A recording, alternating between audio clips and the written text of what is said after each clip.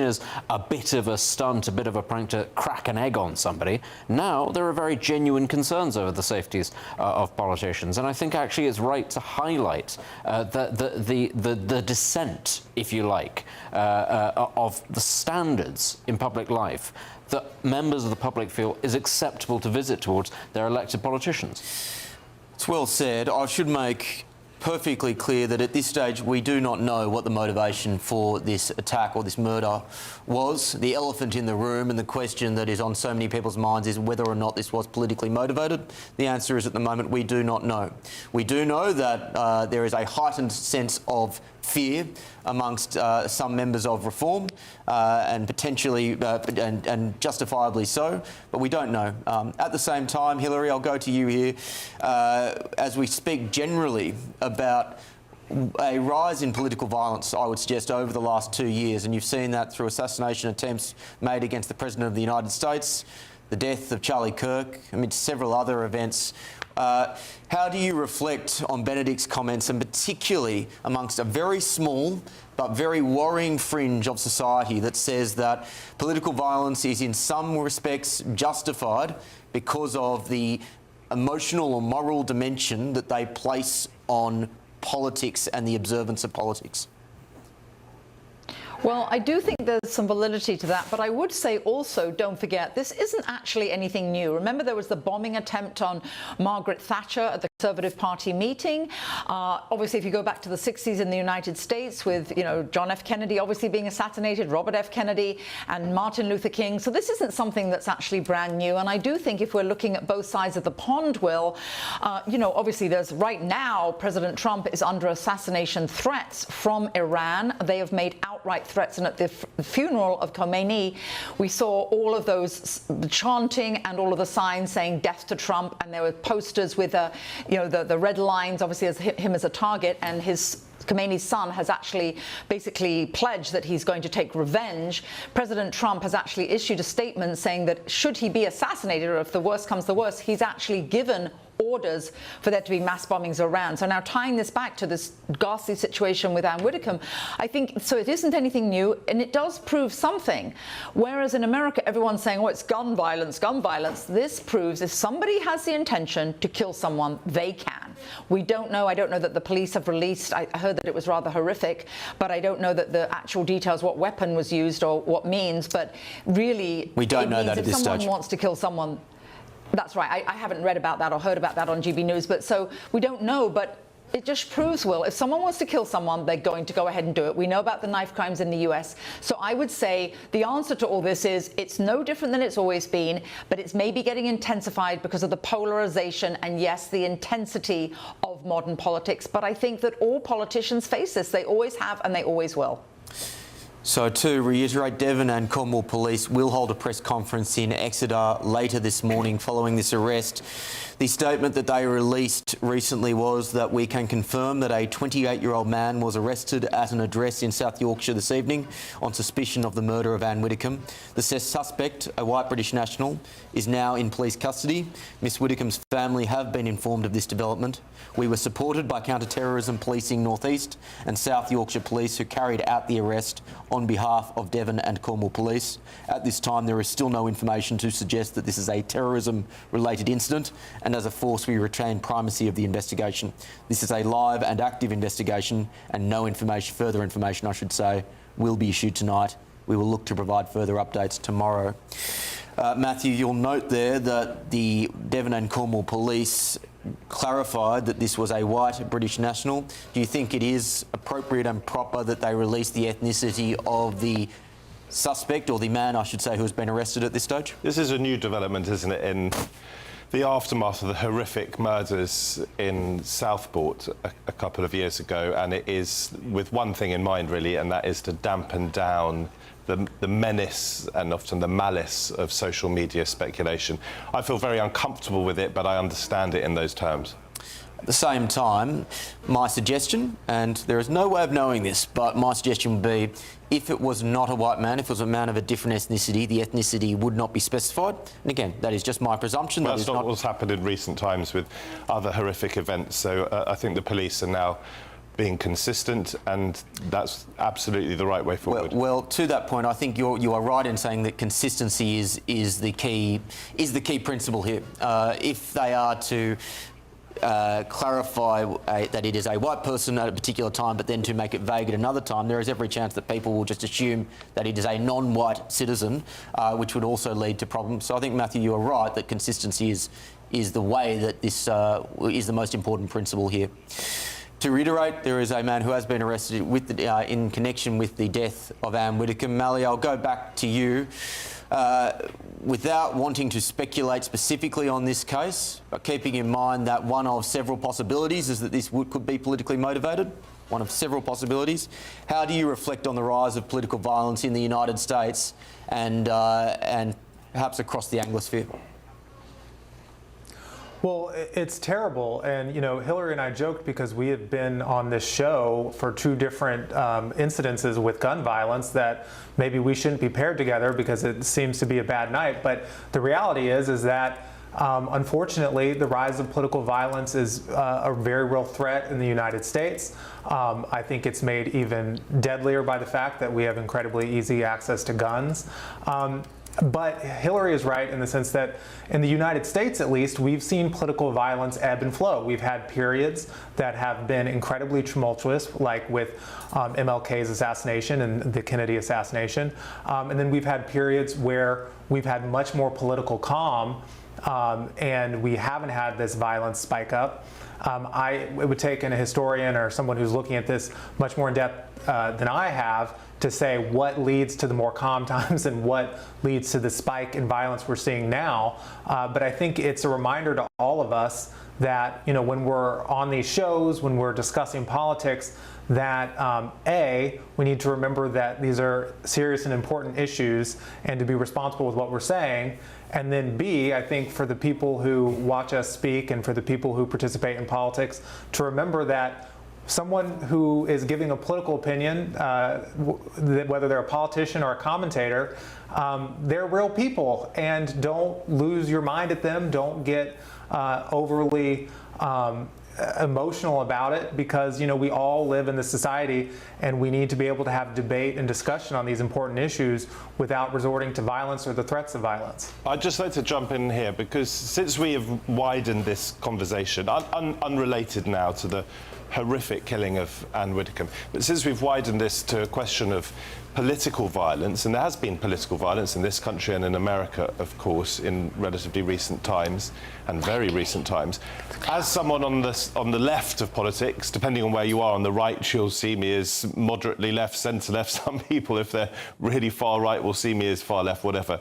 But as someone on the left of British politics, I want to make absolutely crystal clear that there is no place for violence of whatever type against whoever for political reasons. This must be a message that is hammered home by all sides in our fragmented politics and in our toxic politics, and in a world which is so dominated and in many ways led by social media, where people say horrific things to each other and about each other online.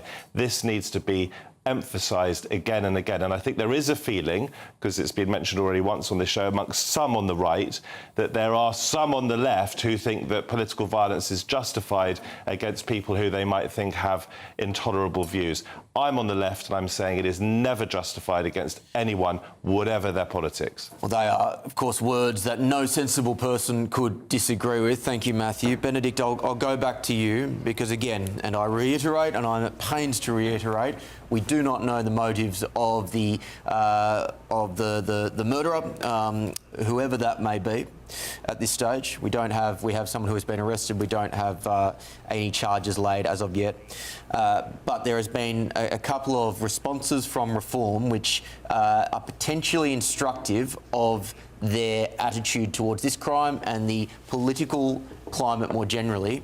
Nigel Farage's initial response that this is a reminder of the dangers to people who serve, the dangers to politicians. B, the immediate decision to, or almost immediate decision to provide all Reform MPs with 24-hour security, and B, subsequent comments that he's made, which would again suggest that a political motivation is at least one of several possibilities that they have considered. How do you reflect on Reform's response to Anne Widdecombe's tragic death? I mean, I think obviously this is a very difficult situation for people in Reform, and you can understand why this would be an instinctive decision to make, as you say, because we don't actually know what the motivation is yet, and you know that's a very important thing to keep in mind. But whilst that may be that it's nothing to do with politics, it may be to do with politics, and you can't therefore take any chances in that situation. And I go back to what I said earlier, which is that we have seen examples of politicians being attacked, murdered in this country before for their political beliefs, and I think it's also very clear that Reform are quite a polarising party. Now, some might say that's because they are an insurgent party and they do things slightly differently. They're here to shake things up, and that can rub people up the wrong way. Fine. I also think that some of that is downstream of the language that is used around politics, and this is actually a rather difficult conversation that I think we in Britain and to a degree the United States have to have, which is about our constant harking back to the Second World War and equating different people to Nazis and fascists. Let's be very clear, actually, there are not many real neo-Nazis in this country in mainstream politics. But it does happen on the right as well about communists, doesn't it? Yeah, but you've got to let me finish my point before you butt in, because this is the key thing here, is that you're already going, oh, but what about the other side? Both are bad. No, this is both not about... bad. It's about... It doesn't matter. I'm not even finished my point yet. This is the key thing. If you equate people to the worst of the worst, and we don't have the same sort of thing when it comes to, say, the Soviet Union, because we didn't go to war against the Soviet Union. The foundational myth of modern Britain is to do with the Nazis. The Nazis are equated with the greatest evil ever committed on earth, fine, but then people start to equate modern politicians to Nazis. Well, if your foundational principle of your country is it's okay to kill Nazis and indeed to commit all kinds of sacrifices in the in the interests of stopping people who are Nazis, and then you say, and these people are effectively adjacent to being Nazis, that is a problem. And I think that there has to be something to be said about ramping down rhetoric in this country, about how serious, actually, we tend to equate pretty mainstream, centre-of-the-road politicians, be they Conservative, be they Labour, be they Reform, with some of the worst monsters of history, simply for the sake of trying to get headlines and rustle up our own sides. Just to come back on that, obviously you shouldn't be calling people who are not Nazis, Nazis. You should also not be calling people who are not communists, communists. Now, people are well educated, by and large, enough in this country to know about the evil of communism, and that millions and millions and millions of people were murdered at the hands Are you sure that's the case? at the hands of Stalin. Yes, I'm sure of it, because most of us would have had some of that in our education. I'm not sure there's that same level of evil in this country, and I'm fully aware of the evils of communism. And so, people on the right. Just a question though: do you genuinely think there is the same level of evil and moral stigma associated with the word communist as there is with Nazi in this country? I think Benedict's point about our fight against Nazism as being a foundational stone of modern Britain is a fair one, and I think that there is more stigma attached to Nazis than communists. That doesn't mean that there isn't, and rightly so, that there isn't massive stigma attached to communism, because communism, in its reality, was played out by the likes of Pol Pot in Cambodia and Stalin in the Soviet Union, and at the hands of their ideology, tens of millions of people, I think, were murdered. So we shouldn't be calling people Nazis who are not Nazis, and we shouldn't be calling people communists who are not communists. I want to tease this out more, because I do think it's an interesting and important conversation. This is, of course, in reference to this breaking development that police have confirmed, I should say, that a 28-year-old man has been arrested over the death of Anne Widdecombe. We are going to be discussing this more on The Late Show Live as it continues. That's please stay with us for more analysis, as well as stay with us for more analysis on this story as it comes to us.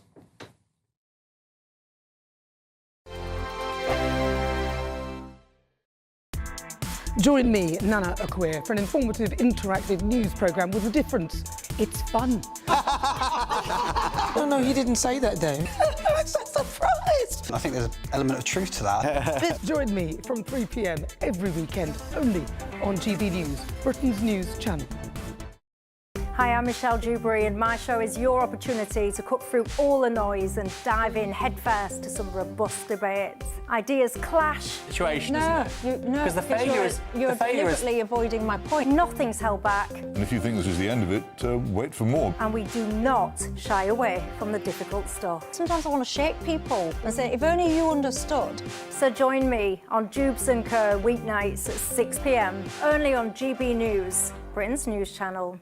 From court mornings to warm family brunches, from football to tennis, in the car, in the kitchen. GB News Breakfast is there with the stories you need and the conversations that matter. Anyway, let's talk business. Well, it has been a historic night in British politics. It's astonishing, isn't it? We're here again to start your day just right. GB News Breakfast. Every morning from 6 a.m. Only on GB News. Britain's news channel.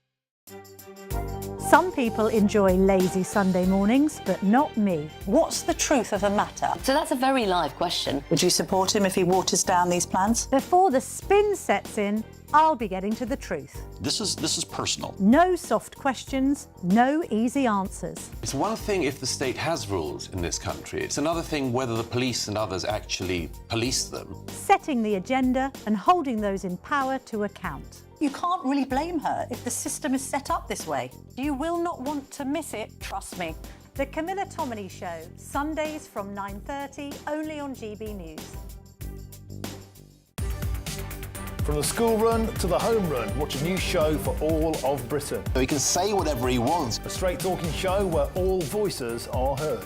And, you know, when are we going to stop talking about smashing the gangs and actually do it? With the stories that matter from every part of our country. There's a bit of a crash landing there for your Chancellor. Bold, fearless and standing up for you. That's me, Martin Daubney, 3 p.m. till 6 p.m, weekdays, here only on GB News. The People's Channel, Britain's news channel. Westminster's full of talk, but out here, it's the real world. Am I allowed to talk now? No, that's it. This is where it matters, real people and real lives. That's what politics is all about. The fact is Trump made a good start. No. Straight answers, no spin, and just a couple of pints. How many fingers have I got up? About 10. So join me for Lee Anderson's Real World every Friday at 7 p.m, only on GB News. The People's Channel, Britain's news channel.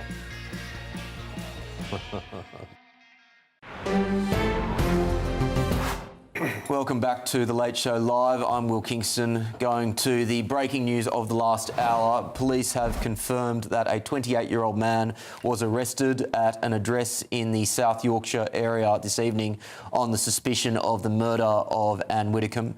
The suspect, who is a white British national, is now in police custody. They add that there is still no information to suggest that this is a terrorism-related incident. Joining me on my panel in London, we have Benedict Spence and Matthew Stadlen, and in Washington, DC, Hilary Fordwich and Mally Smith. Benedict, I want to pick up on the conversation that we were having before we went to break on how the heightened rhetoric in this country has potentially can be connected to a rise in political violence, or at least a rise in the toxicity of debate, which can lead to really harmful outcomes. Where we were before we left the break was basically looking at what you perceive to be, and I don't want to put words in your mouth, but the particular concern around the use of language when it comes to terms which are used against right-wing political figures like fascist, like far-right and like Nazi, and how that is not comparable to what I guess the alternative which would be to say, I guess, either a communist or a socialist or a lefty or a leftist. Pick up on where we were there, in particular the response from Matthew. Yeah, I think obviously Matthew and I are going to disagree on the severity to which people treat Nazis and communists, and I think that that's simply a direct response to the fact that as I say, the foundational myth of modern Britain today is about fighting fascists, fighting Nazis, whereas, of course, in the Second World War we were allied with the Soviet Union, and so often a lot of the atrocities committed by the Soviet Union are not swept under the rug so much, but, you know, not pushed to the forefront to quite the same degree as Nazism is. That's an obvious thing because, of course, Nazism posed an existential threat also to Britain in a way that the USSR did not. Frankly, there was never any prospect of that happening under Joe Stalin. But if you then sort of take a step back and you look at the concept of the Nazis and Nazism, you say, well, they're the sort of the ultimate evil in the British subconscious, partly because the fight against the Nazis goes a great way towards explaining away in our own minds why the end of empire, for instance, was an acceptable trade-off, and Britain's eventual economic and political decline, that was the trade-off for defeating Nazis. So you go, okay, well, that's fine. But the flip side of that is that the treatment of Nazis, however you wish to treat them, is acceptable. And again, actually, we shrug off things like, for instance, the firebombing of Dresden as simply, well, that's what you do, they're Nazis, that's par for the course. But when you then bring that into the modern context and you look at everything that's going on in Britain today, the continuation of deindustrialization, we're well post that now in Britain, and you look at gradually declining living standards and a breakdown in certain state functions, and then you get into the bickering, and the political tendencies in this country, of course, is to be very divisive. We don't have coalition governments really in this country. It is very much an adversarial-based system. It becomes very easy, actually, for a country with language quite as, dare I say it, frankly, broad as ours, as versatile as ours, to use ever more, accelerating rhetoric. And that is, I think, why we've got to a position now, in a bid to one-up each other, the constant use of ever more inflammatory language. I think what you're doing here is a bid to sort of one-up the left, because can't we first of all agree that both are wrong? That we shouldn't call people who are Nazis Nazis if they're not Nazis, and we shouldn't call people communists if they're not communists. That's point one. Point two, although as I've already said, I take up to a point your argument that the fight against Nazism is a foundation stone of modern Britain. Fine, but don't forget we fought the Cold War for decade after decade. It shaped the lives of our parents. We were at risk of obliteration from nuclear war. And not just that, but we understood, I think, and I do think millions and millions, tens of millions of us in this country do understand that communism, when actually applied in its most infamous forms in the Soviet Union, in China, in Cambodia and so forth, was a brutal and evil ideology. And therefore, if you start calling people on the left with perfectly reasonable, sensible left-wing views with which you might perfectly reasonably and sensibly disagree, you start calling them communists, that is also not on. I have to just say very quickly, there is a very visceral difference between the two. And that is that the ultimate crime committed by the Nazis, of course, is the Holocaust. Everybody knows what that looks like because everybody's seen the footage of the liberation of the camps and the desecration of human life that was left in its wake. There is no comparable example for the Soviet Union. And when we're talking about communism, we are predominantly talking about the Soviet Union. That is the one that slaughtered the majority of people killed by that ideology in that period. There's no equivalent because the gulags were never liberated.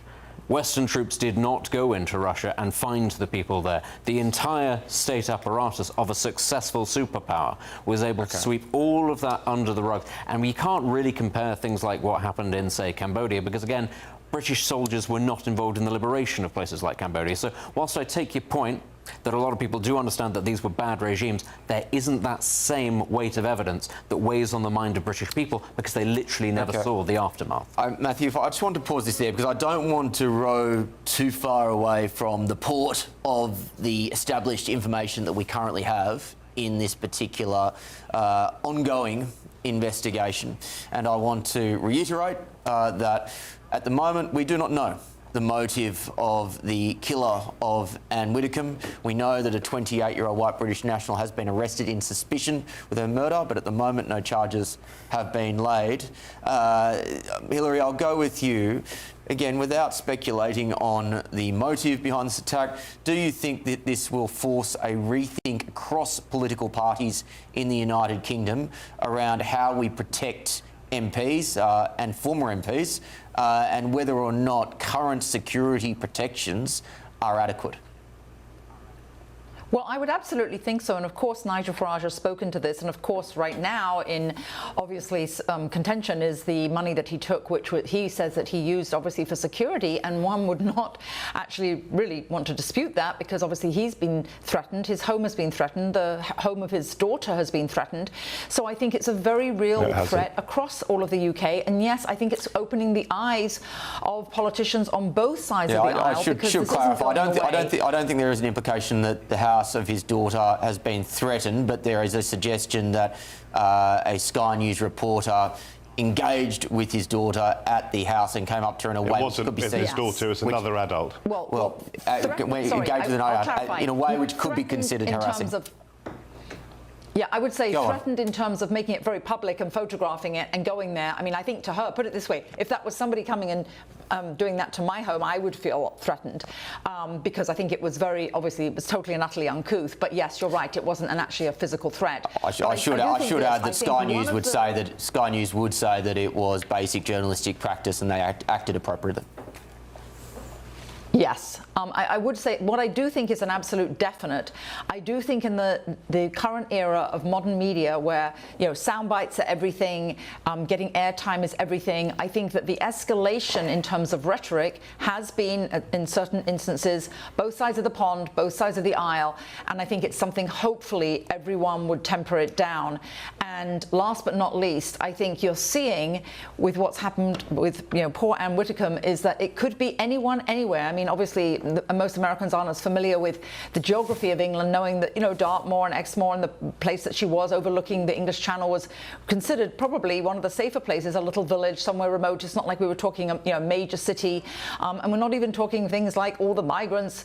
So I think it does just prove it can happen anywhere to anyone, any part of the United Kingdom and anywhere in the world, actually. Yeah, well, again, this is a story where there are still more questions than answers, and we are going to keep you abreast of all new developments as they come to us, ladies and gentlemen. Still ahead on The Late Show Live, we will continue this conversation and our coverage on the breaking news of the last hour, and that is that police have confirmed a 28-year-old man has been arrested over the death of Anne Widdecombe.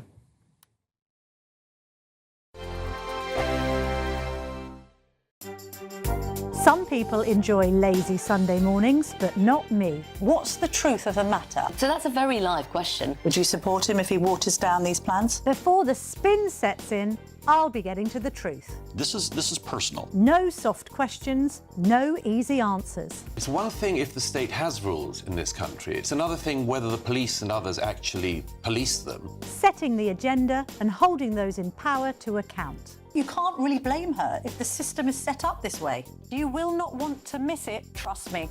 The Camilla Tominey Show, Sundays from 9:30, only on GB News.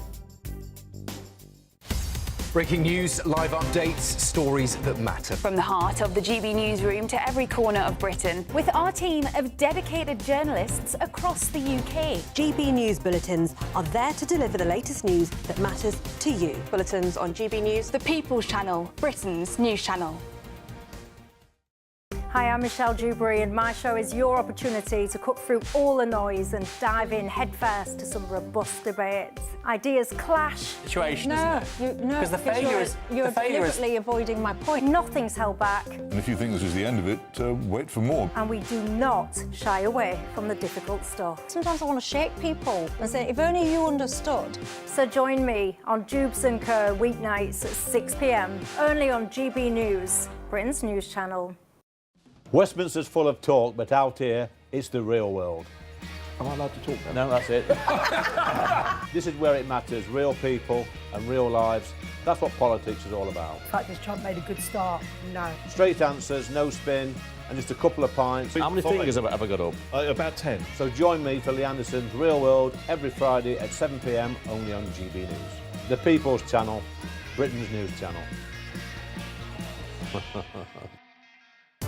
I've been in Westminster for a long time, but I know that though power may be here, its effect on people's lives is across the whole of the country. We may be where rules are made, but it's where they're implemented that matters.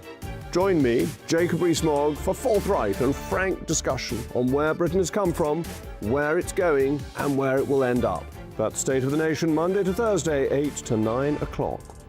Vox Populi, Vox Dei. From the school run to the home run, watch a new show for all of Britain. He can say whatever he wants. A straight-talking show where all voices are heard. And, you know, when are we going to stop talking about smashing the gangs and actually do it? With the stories that matter from every part of our country. There's a bit of a crash landing there for your Chancellor. Bold, fearless and standing up for you. That's me, Martin Daubney, 3 p.m. till 6 p.m, weekdays, here only on GB News. The People's Channel, Britain's news channel. Welcome back to The Late Show Live. I'm Will Kingston. The breaking news of the last hour, police have confirmed that a 28-year-old man was arrested at an address in the South Yorkshire area this evening on the suspicion of the murder of Anne Widdecombe. The suspect, who is a white British national, is now in police custody. They add that there is still no information to suggest that this is a terrorism-related incident. We will be hearing more from Devon and Cornwall Police, later today now, I should say. I'm joined in London by Benedict Spence and Matthew Stadlin, and in Washington, DC by Hilary Fordwich and Mally Smith.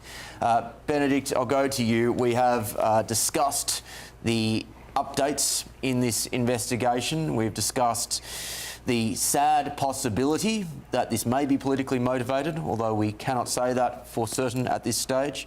I do want to round out this conversation, at least for now, by remembering someone who, whether you agreed with her or not, was a hugely important and influential figure in British politics, and that was Anne Widdecombe.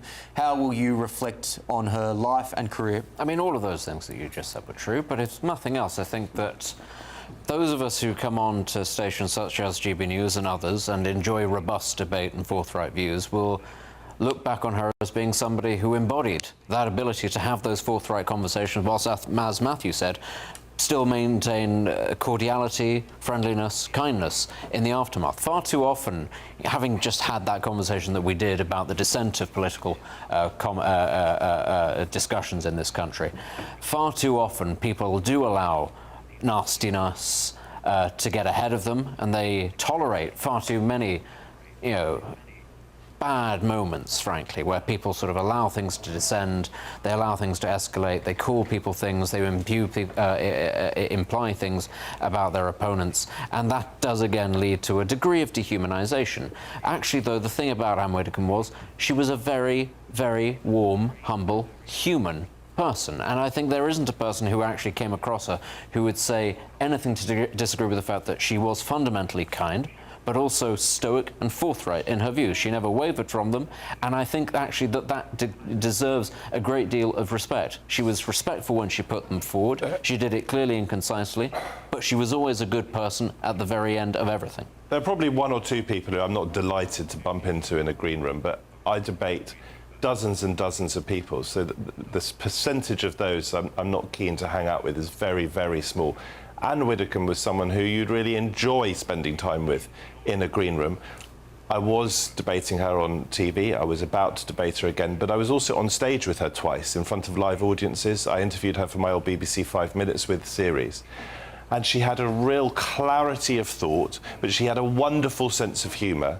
And I think the fact that someone like me, who disagreed very strongly about really important issues with her, that I was able to get on well with her, and I hope she was able to get on well with me, says so much about her and about the capacity human beings have for seeing the humanity in each other. I'll give you a small example. Ian Dale, a pretty well-known broadcaster in this country, is a gay man.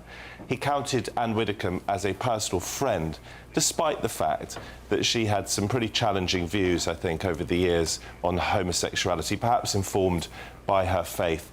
And it's an example of where someone's views are actually quite different from how they might treat you one-to-one individually. And that's something, by the way, going back to what we were talking about earlier, that is so alien to social media because we create monsters of each other. And when we actually are forced to spend time face to face, it's almost impossible not to see the humanity in each other and not to see the good things in each other. And take Nigel Farage just as one quick example. He and I disagree fundamentally about so much. But when we meet, we talk about cricket and we are not just civil with each other, but I would say we actually get on reasonably well. Well said. I think it's something which has been striking and heartwarming to see is the amount of gay people who have come out and said that they were warm friends with Anne Widdecombe. To Matthew's point, there have been a couple of a few atrocious comments along these lines made on social media. One in particular has got a lot of airtime. I'm not going to dignify it by either mentioning the person or what he said, but I think the biggest story here, to Matthew's point, is the amount of people who may have disagreed with Anne's views on a personal level. You know, she did have socially conservative views. Again, to Matthew's point, informed by her Catholic faith, but it would appear, and I did not know Anne personally, I interviewed her a couple of times, but from everyone who has spoken to her, that was less important than a shared humanity, which is something which sadly we see less and less of in politics. We are going to continue to remember the life and career of Anne Widdecombe, as well as keeping you informed of the circumstances around her shocking murder. Still ahead, though, on The Late Show Live, we are going to move to some lighter news. You are no doubt aware, ladies and gentlemen, there's been a somewhat important football game that has been going on as we have been live this evening. We'll cross to our chief US correspondent, Ben Leo, who is in Miami, and he will bring you the latest reaction and analysis to England's game against Norway. This is The Late Show Live, only on GB News.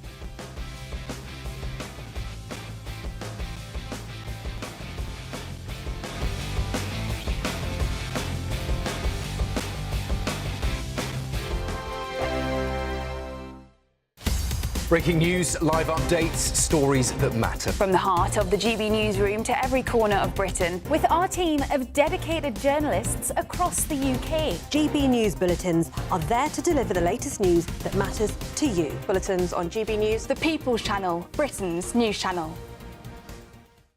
From cold mornings to warm family brunches. From football to tennis. In the car. In the kitchen. GB News Breakfast is there. With the stories you need and the conversations that matter. Anyway, let's talk business. Well, it has been a historic night in British politics. It's astonishing, isn't it? We're here again to start your day just right. GB News Breakfast. Every morning from 6 a.m. Only on GB News. Britain's news channel.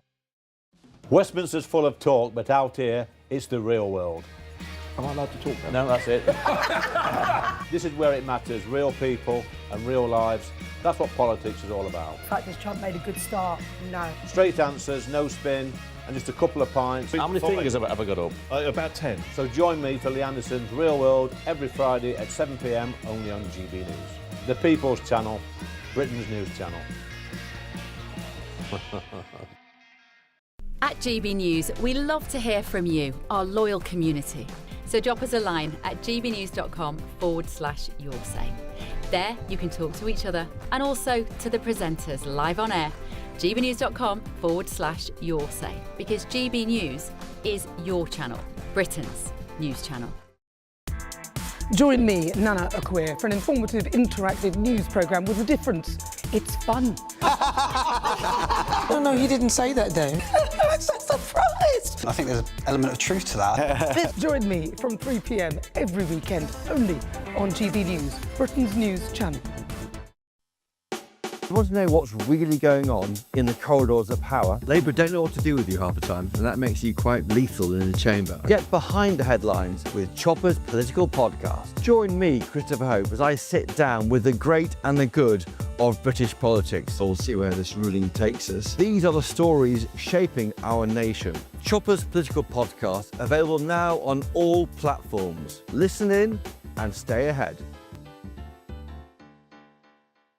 Hi, I'm Michelle Dewberry, and my show is your opportunity to cut through all the noise and dive in headfirst to some robust debates. Ideas clash. Situation, isn't it? No, because you're deliberately avoiding my point. Nothing's held back. And if you think this is the end of it, wait for more. And we do not shy away from the difficult stuff. Sometimes I want to shake people and say, if only you understood. So join me on Jubes & Kerr weeknights at 6 p.m, only on GB News, Britain's news channel.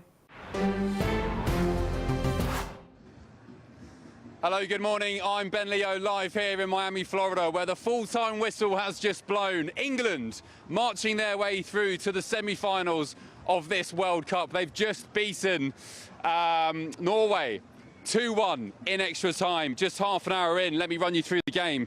An epic game of football, a World Cup classic, a tight affair. Just half an hour in, Jude Bellingham, the Real Madrid star, drove towards the goal but collided with Christopher Adja and earned the 3 Lions a free kick, but it was just a bit too powerful from Harry Kane, who aimed too high and blazed over the bar. Norway took the lead, surprisingly, in this clash. But in controversy, Harry Kane went down in the build-up to that and wanted a foul. The foul wasn't given. The goal stood. England fans in absolute despair when Norway went 1-0 up, but the fortunes of the 3 Lions turned around, however, with England equalising from a goal from that man, Real Madrid star, the boy from Stourbridge near Birmingham, Jude Bellingham, following a wicked low pass from Anthony Gordon. Harry Kane then had the ball in the back of the net again for England, but in anguish for England, it was flagged as being offside, so back to 1-1. But then just after half-time, the Vikings, Norway, headed by Erling Haaland, scored after a save from Jordan Pickford, which nudged the ball into the path of a Norway attacker. Or so they thought, because again, VAR stepped in and ruled it was a foul, and the goal was disallowed after a push on an England defender by Erling Haaland. And then we headed to extra time. 1-1 was the score, where England's Jude Bellingham again put the ball in the back of the net, sending 3 Lions fans here in Miami, Florida, into absolute raptures.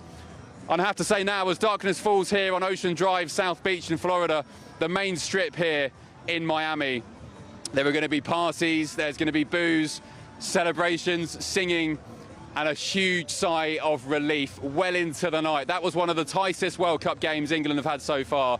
It took extra time for Thomas Tuchel's men to do the business. But as I said, a brace, a double from Jude Bellingham, the Real Madrid star, who started his career at Birmingham City before going off to Borussia Dortmund in Germany.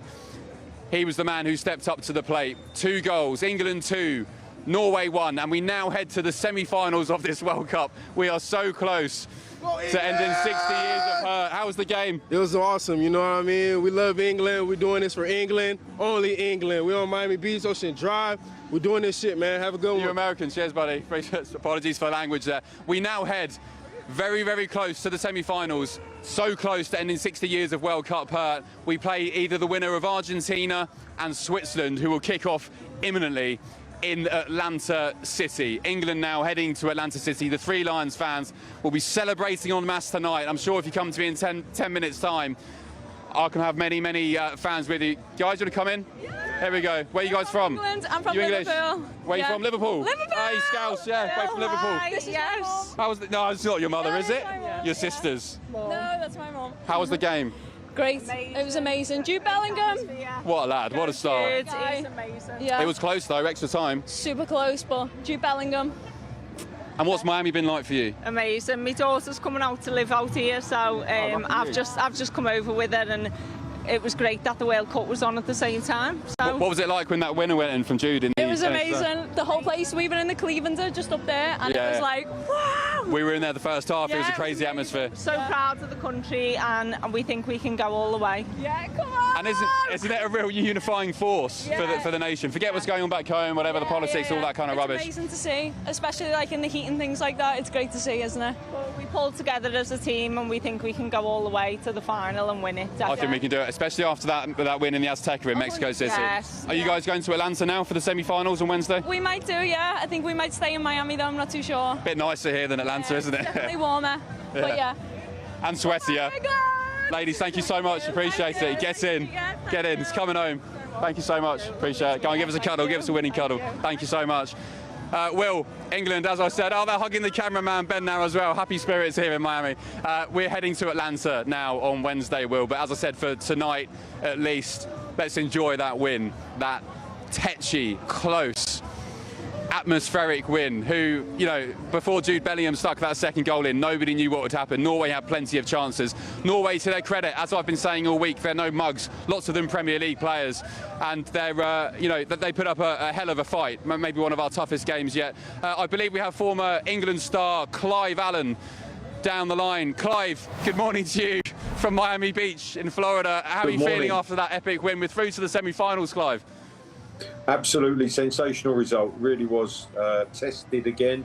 But when you have players with the ability of Jude Bellingham, you always have a chance. And that was a magnificent performance from him. You know, big players playing at big times, and that's exactly what Jude Bellingham did tonight. Yeah, he stepped up to the plate, hasn't he? You could argue he's not been really achieved expectations as yet at Real Madrid since his big transfer from Dortmund. But for England this World Cup, how many goals is he on now? Is that 5 or 6? He is alongside Harry Kane, our key player. And the fear now, Clive, sorry to put a doomster spin on things, if he gets booked in the semis against potentially Argentina or maybe Switzerland if they can cause an upset, he'll miss the final. How important is Jude in this run to the final? He's been unbelievable. I think you know, there was some talk that he wouldn't make the squad, which was, you know, quite unthinkable in terms of the ability that he brings to the team.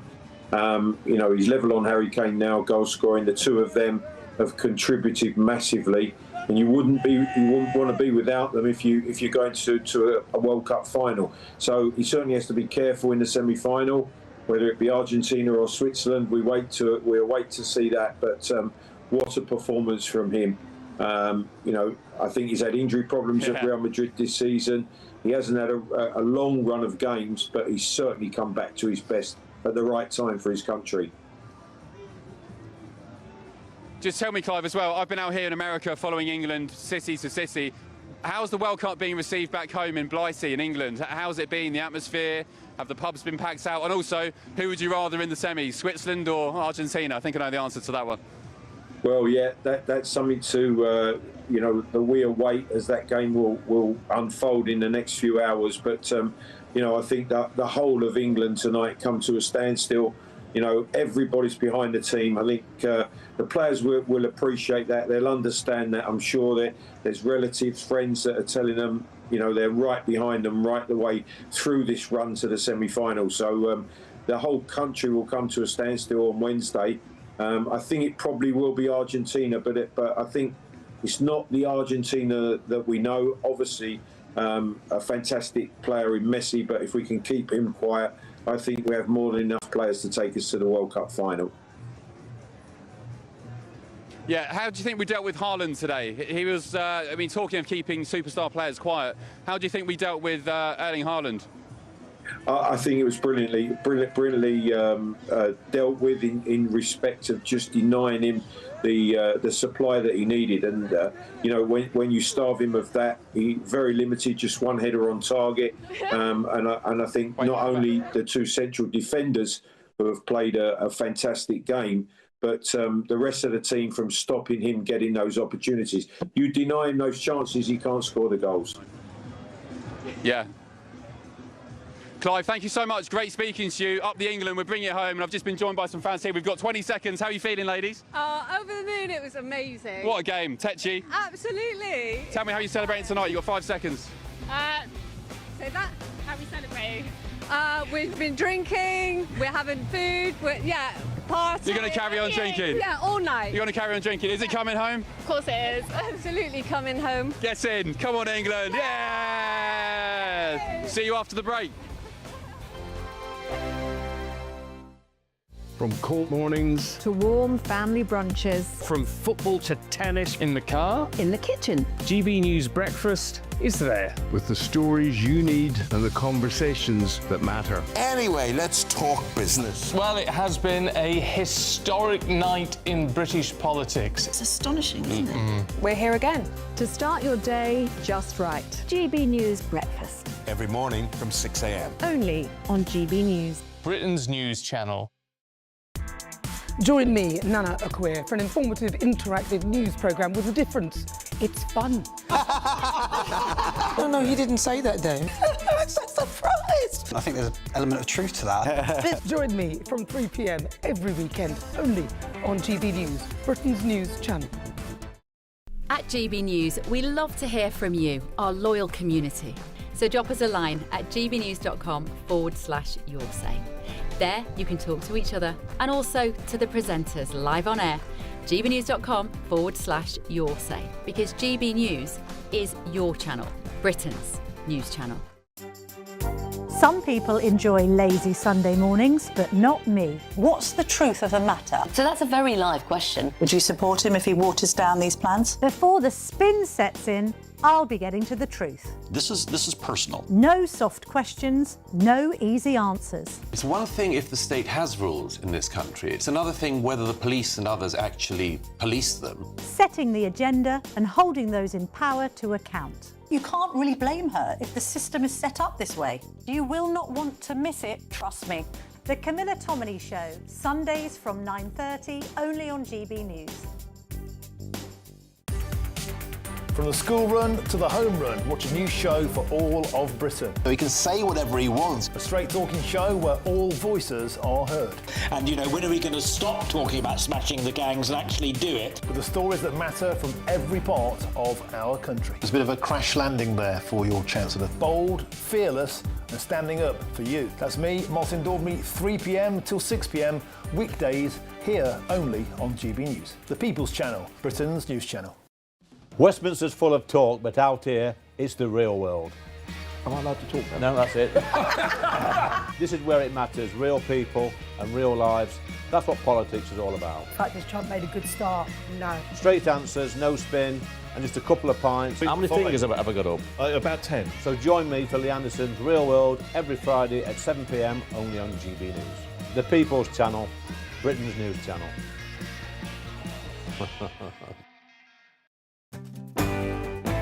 I'm Tom Harwood. This is GB News, Britain's news channel.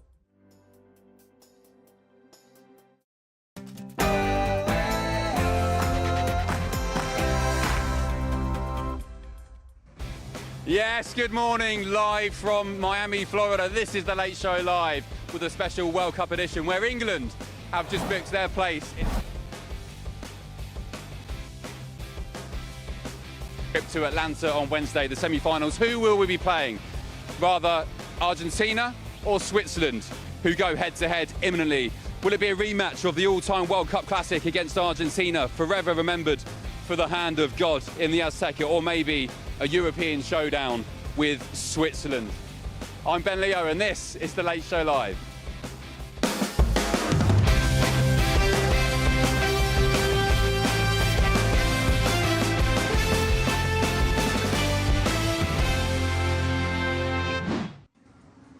Good morning from Miami, Florida. Let me tell you now, Ocean Drive here on South Beach is going to be electric in a matter of minutes after that epic World Cup win from England. We've just defeated Norway in the quarterfinals here on Miami, and we now head to Atlanta on Wednesday for an epic mouth-watering clash against either Argentina or Switzerland. That game will be played imminently. We'll find out our semi-final opponents in just a second. We've got some England fans. I told you they're coming out of the bars. Yes, I said you'd all be coming out of the bars in a minute.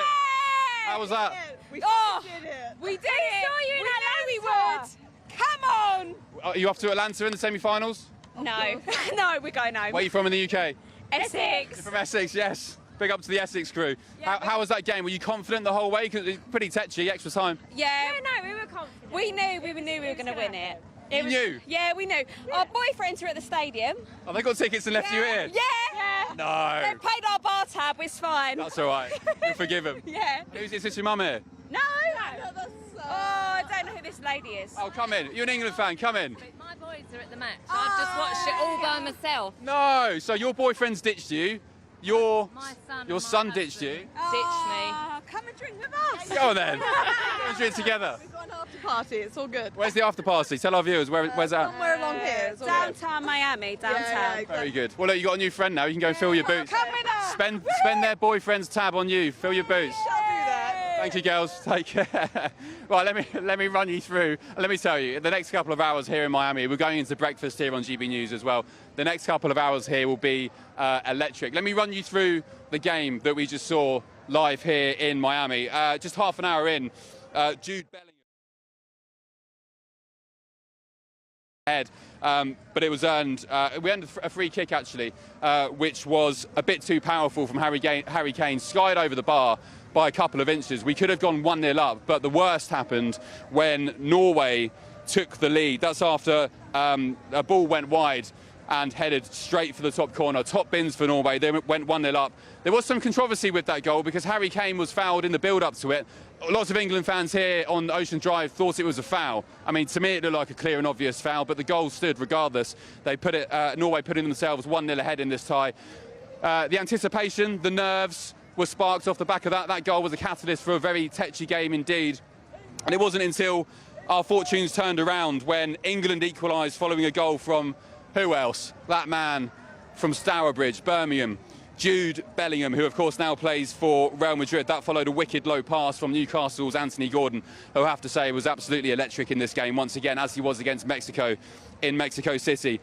Harry Kane then sparked jubilant celebrations in Miami with a goal. People absolutely going crazy, beers flying everywhere, but the goal was ruled off for offside. VAR taking a look at it. So it was ruled out because Erling Haaland... Sorry, apologies. It's been a long day. It was ruled off for offside. It was a tasty flick over the keeper, but he was a touch offside. Norway then went ahead 2-1. But again, that was ruled out because Erling Haaland pushed a England defender during the corner kick. So we went into half-time 1-1, and it wasn't until extra time, the game in a stalemate at 1-1, that Jude Bellingham again, the boy from Stourbridge, stepped up to the plate, scoring a decisive winner in the first half of extra time. And it means now, as I said, we're through to the semi-finals of this World Cup. We face the winner of Argentina or Switzerland, who now play their match imminently, and we're heading to Atlanta for yet another, let me tell you, World Cup semi-final.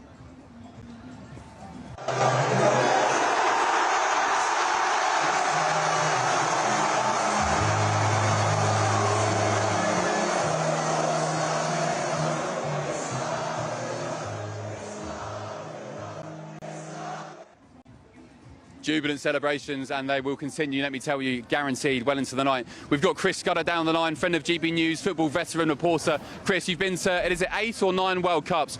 How's this one faring for you now? How's it manifesting and unravelling? We're through to the semis, Chris. Superb, Ben. Absolutely wow. I mean, honestly, that was quite a ride, wasn't it? The best thing about this is that England have shown their resilience again tonight, going behind against the Congo.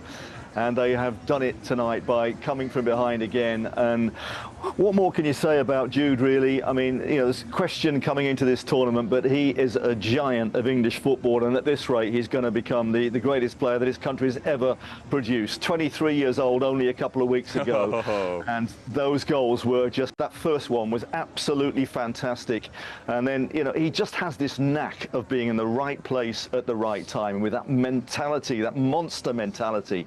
He has done it. Back-to-back 2-goal performances in a knockout matches in the World Cup. You couldn't really make it up. I mean, absolutely fantastic today. He was out on his feet. I can't tell you, Ben, how warm it was here. It was so hot, and the players really felt it. I know, Chris. I'm dripping in sweat. Yeah, well, you know, Declan Rice going off at half-time really threw England a bit, and that early part of the second half, it really looked as though the Norwegians were getting on top. They scored that goal that was disallowed for the shove, Haaland shove on, I think it was on Elliot Anderson, wasn't it? And hearts in mouths when it first went in, but without a doubt that was ruled out correctly. Then they hit the crossbar as well. You know, the best thing about this is that under Gareth Southgate, the big criticism of him was that he had no in-game management. Tuchel is the opposite. He is very good at working out problems within the game. When Rice went off, he put Bellingham a little bit deeper, and he brought on Eze, and it wasn't working.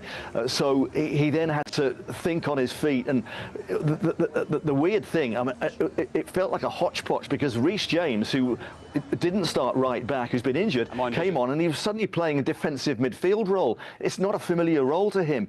He had Konsa playing at right back, so he was thinking it through, and it still wasn't working. But then when he put Reece James back to right back, and he brought on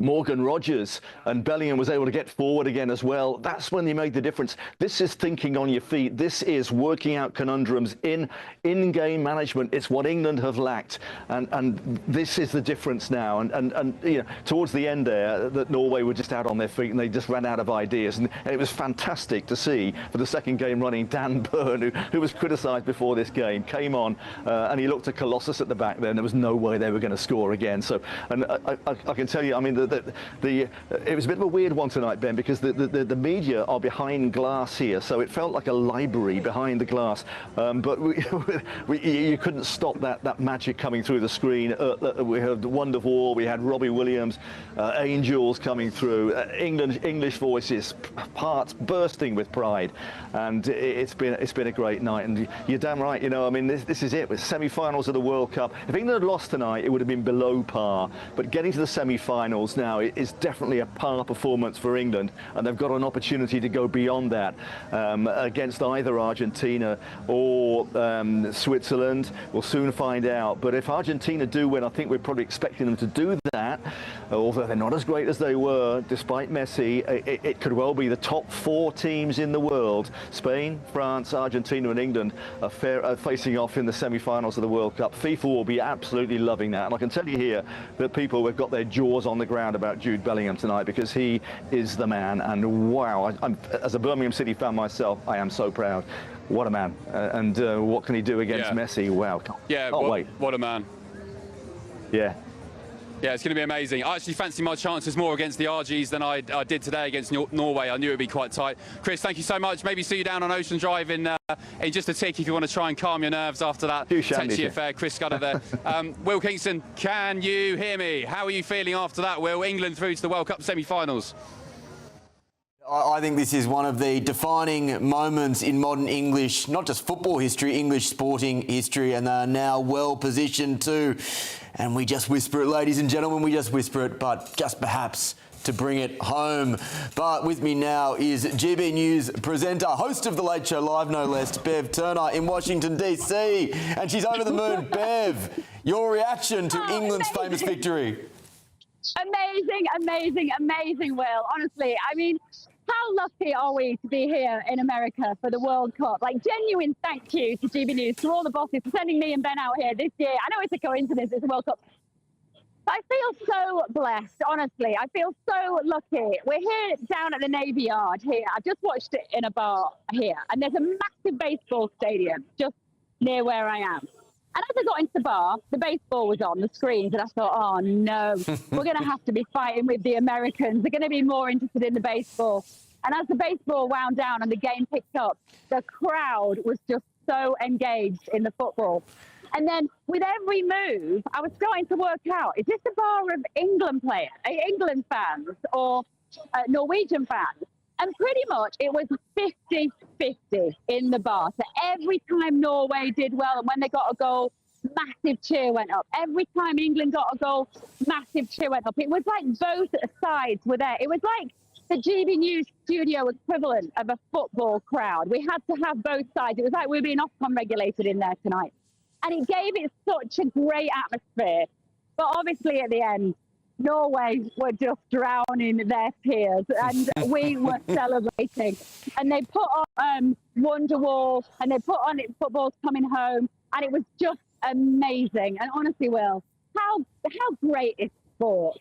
You know, that is the first England match I've been able to watch, because I've always been getting ready for Late Show every time there's been a match on. So I've not been able to actually watch one live yet.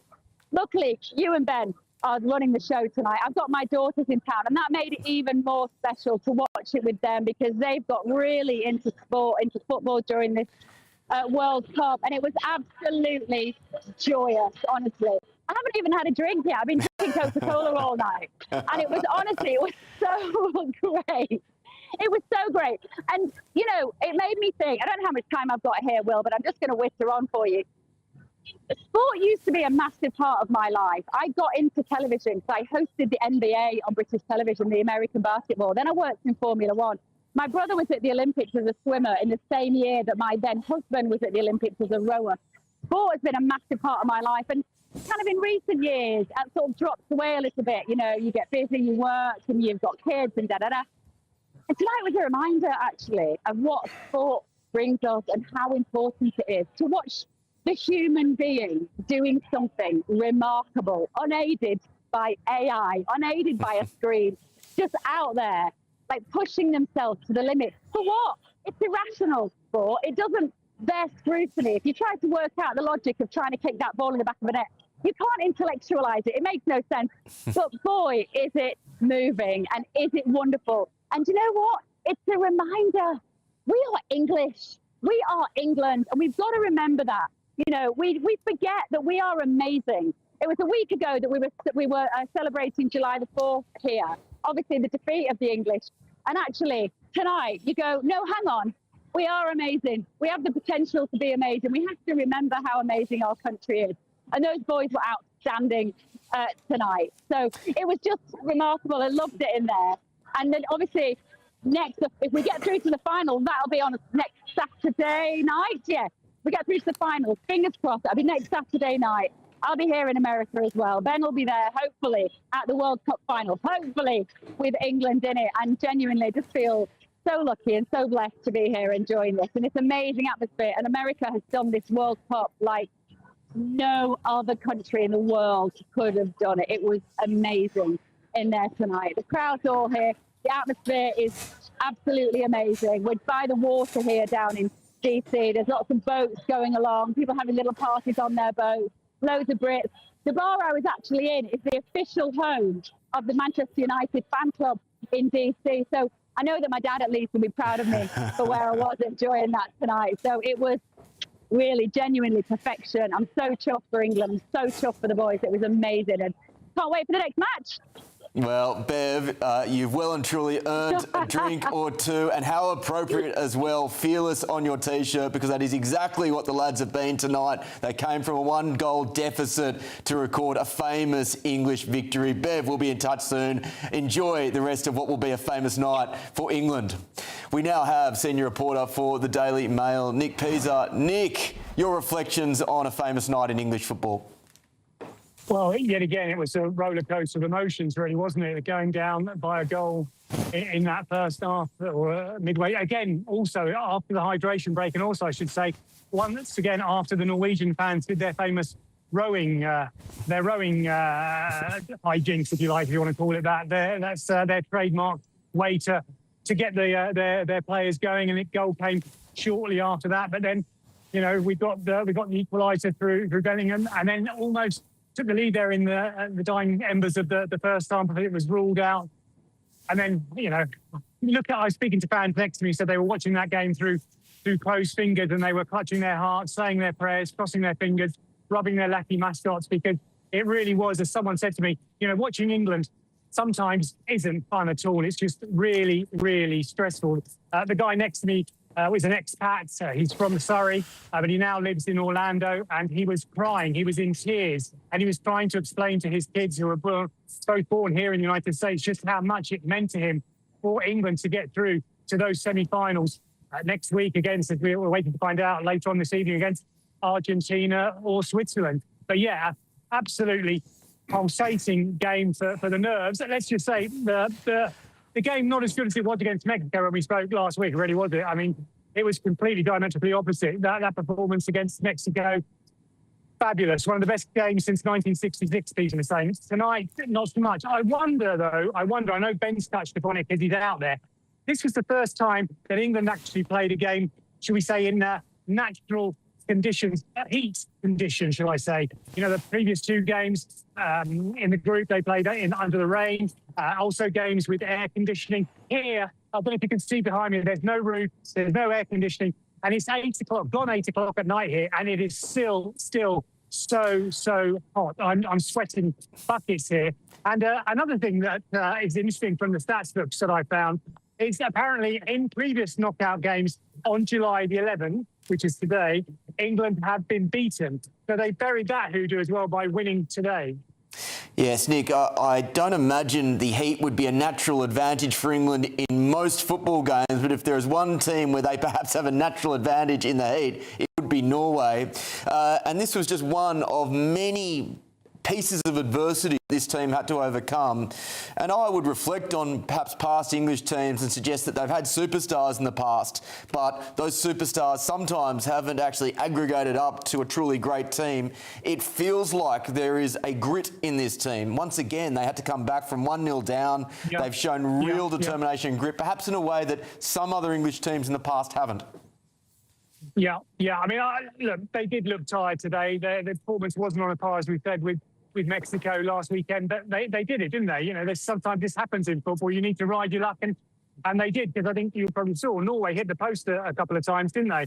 You know, so by the skin of their teeth. But once again, relying on Bellingham and Kane, who also put a shift in. I mean, I think to watch Bellingham at the end of the game, at the end of the extra time, standing in front of, it must be about 15,000 England fans at that end, listening to this thing, Hey Jude, and he was just lapping it up. He looked to me as if he was in tears, and then he turned around and he gave a wave to his girlfriend who was in the crowd behind me. The players will now have a bit of time with their wives and families to spend some time with them, and obviously, you know, exchange a bit of time with them, because it's been an emotional roller coaster for them as well, watching in the stands. And then the players will return to Kansas this evening and get ready for that semi-final in Atlanta on Wednesdays.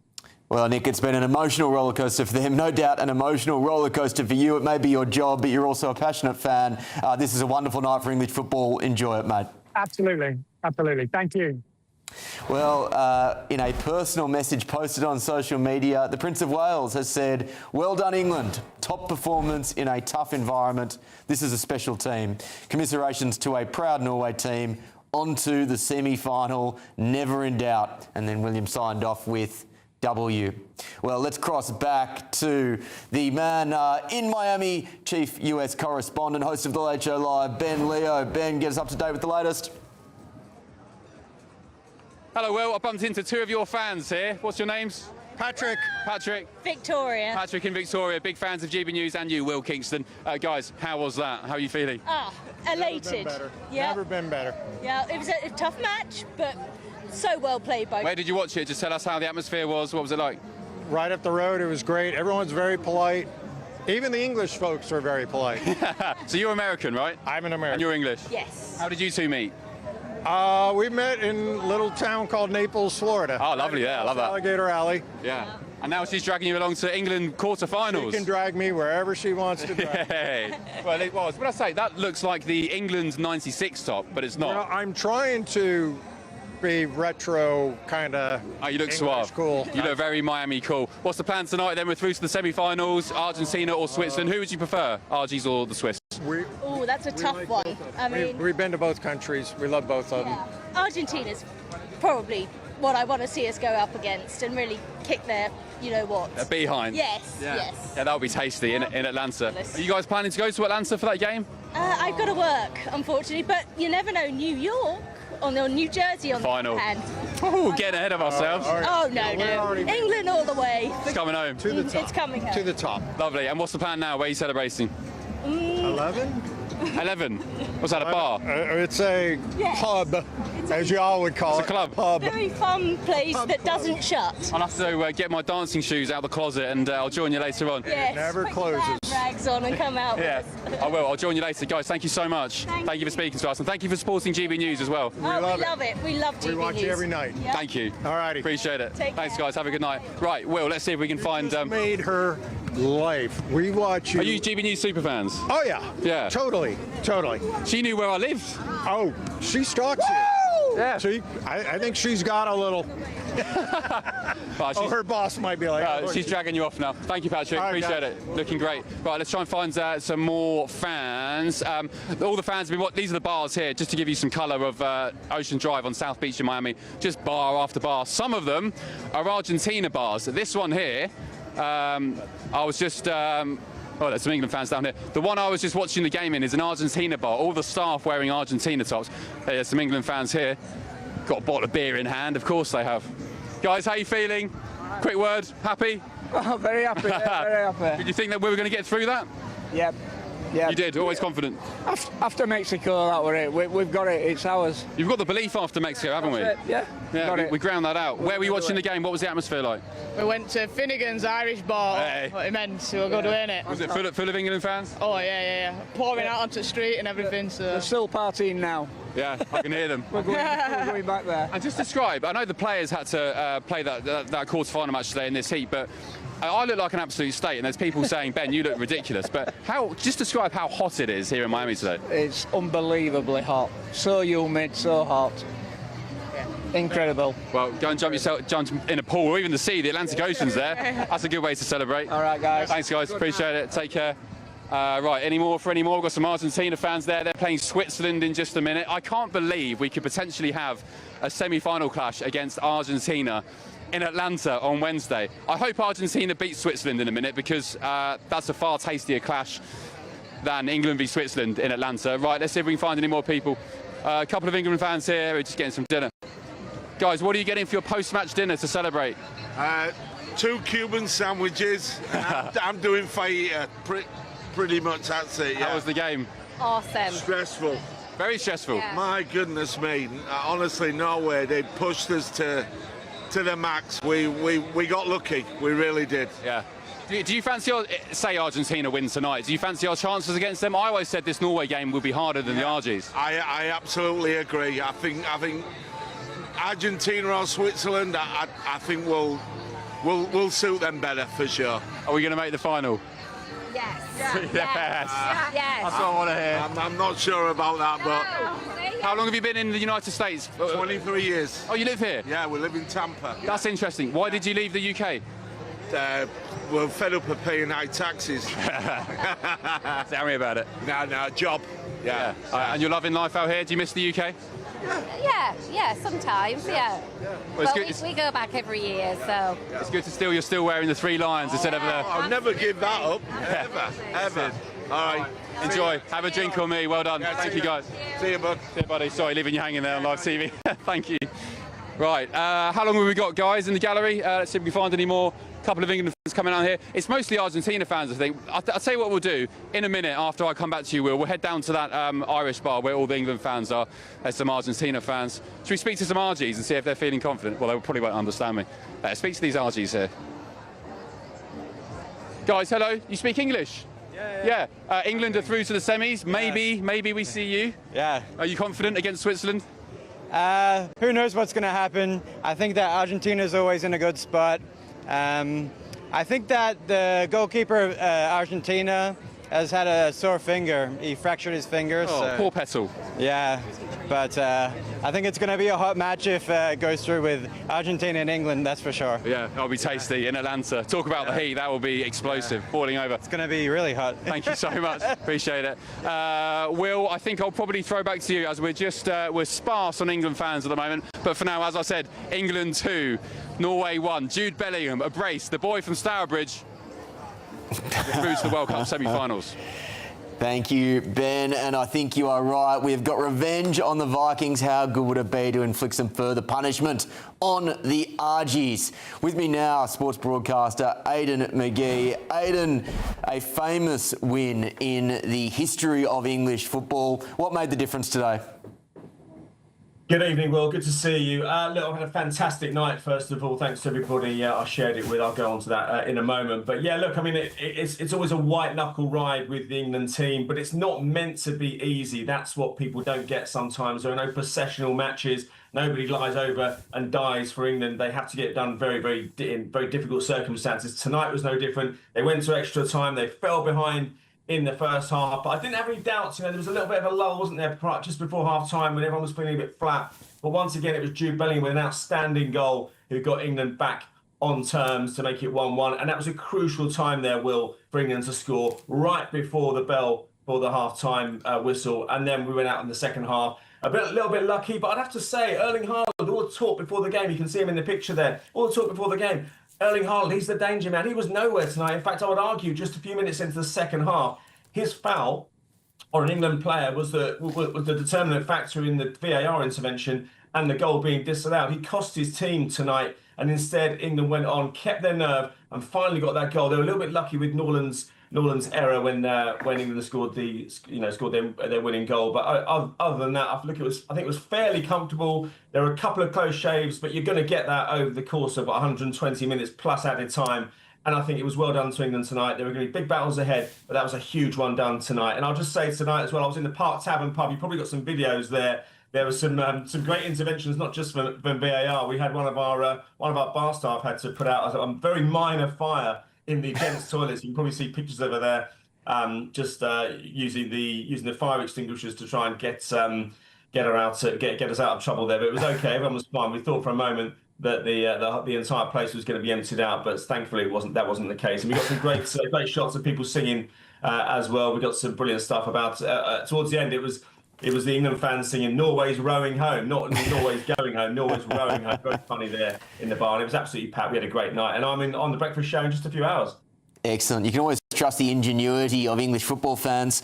The theme that I keep coming back to watching this English team is a level of grit and an ability to overcome adversity, which perhaps some other English teams in the past haven't had. This isn't the first time in this tournament where they've come back from a 1-0 goal deficit. Again, they had to overcome stifling heat.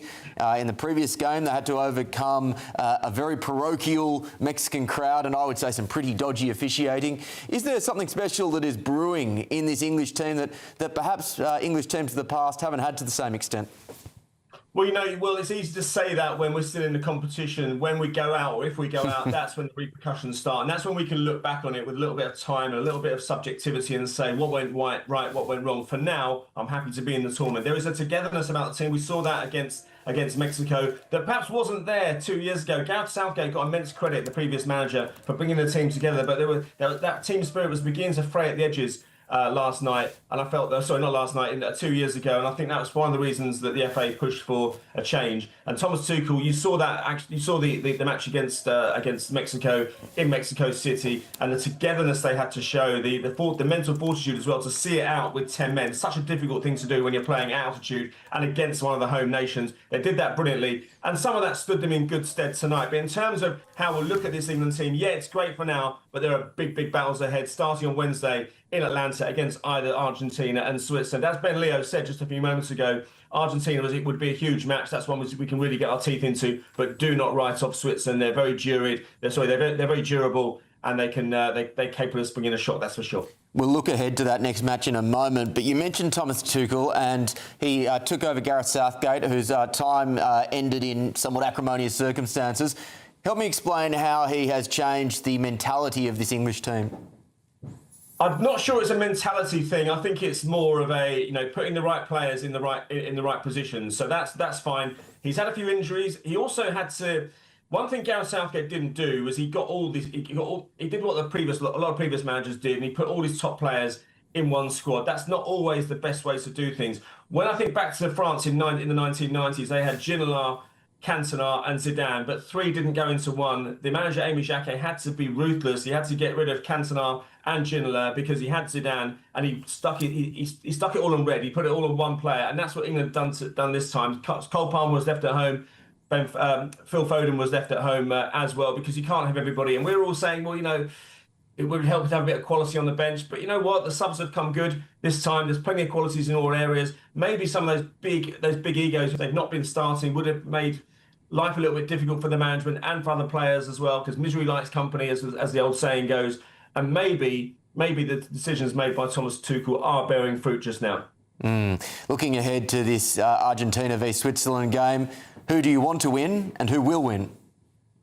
Well, I want Argentina to win just because I think it would create an almighty occasion on Wednesday, especially with all the history we've got with Argentina going back to France '98, obviously the World Cup in 2002 when we managed to beat them with that David Beckham penalty, and of course the hand of God at the Azteca Stadium where England played just a few days ago in 1986. And so that with all the paraphernalia and all the storytelling that goes with that, it would be immense. We played Switzerland 2 years ago, managed to get past them on a penalty shootout, but it'd be a less sexy fixture. Having said that, as I said, don't rule out Switzerland just yet, because they're a very durable side. And when you get to this stage of the World Cup, you don't give anyone an inch. It's going to be a fascinating contest. I don't think it's going to be particularly entertaining, but obviously English eyes will be fixed on that tonight to find out who we're going to play in the semi-final. Yeah, it's incredibly exciting. A wonderful night in the history of English football. Aidan, thanks so much for your time. We'll be catching up with you again as we build up for a blockbuster semi-final on Wednesday. The Prime Minister has also spoken out, posted on social media. He said, and I apologise for my pronunciation in advance, Norway 1, to Jude Bellingham 2. Jonas Gahr, your boys took one hell of a beating. You know that you're in trouble when Keir Starmer is throwing shade at you. So Norway, cop that one. With me now, sports broadcaster Gary Newburn. Gary, great to chat to you. Your reflections on a wonderful win for the English football team. A wonderful win, but the head coach at the end quite rightly said that England were lucky tonight and that he wasn't happy with the performance. Obviously delighted with the result. I covered 7 World Cups, and this is the first time, nobody's made the point, that England have reached a semi-final outside of Europe, if you put Russia in Europe. And that is an incredible achievement. I know it was the same for Norway tonight, but the heat was horrendous for those players. I was with the Republic of Ireland last time they had the World Cup in America in 1994, and that did the Irish really. And I thought England were coping with it very well. They didn't play great, but they did enough to win. And the amazing thing, you've got a picture on the screen now of Haaland. I mean, Haaland and Kane really weren't involved in the game. And Jude Bellingham is really the difference. Now, we talk about Messi, Ronaldo, Haaland. The real star at the moment for me in this World Cup is Jude Bellingham, who's been man of the match in every game he's played for England in this tournament. And if it wasn't for him tonight, I would have really worried for England. Were you expecting Bellingham to have this impact in this tournament? Yes, I was. I live in Solihull. I see quite a lot of Birmingham City. I saw him coming through there, and he is an absolute world-class player. The best world-class player we've had. I know Kane is in a different league when it comes to scoring goals, but since Paul Gascoigne. This guy is very special, and he's only just turned 23. So where are we going now? Argentina or Switzerland? I actually think Argentina will just about do it. And if we mark Messi and keep him out of the game in the same way that Haaland hardly got a kick, then England have got a great chance getting to the final. I actually don't think, apart from France, that there's a really outstanding team in this competition. And England, have surprised me. They've got a real chance of getting to the final. And one other thing, if I may say, Will, is that the players are so young. I was at both the Argentina matches working for ITV. I was at the game 40 years ago in the Azteca, and I was in Sapporo when David Beckham scored the only goal from the penalty spot. I don't think these players will be thinking. I think we will be, and you will be, and everybody else will be thinking about 40 years ago in the hand of God. I don't think the players will be thinking about that. They weren't even around then.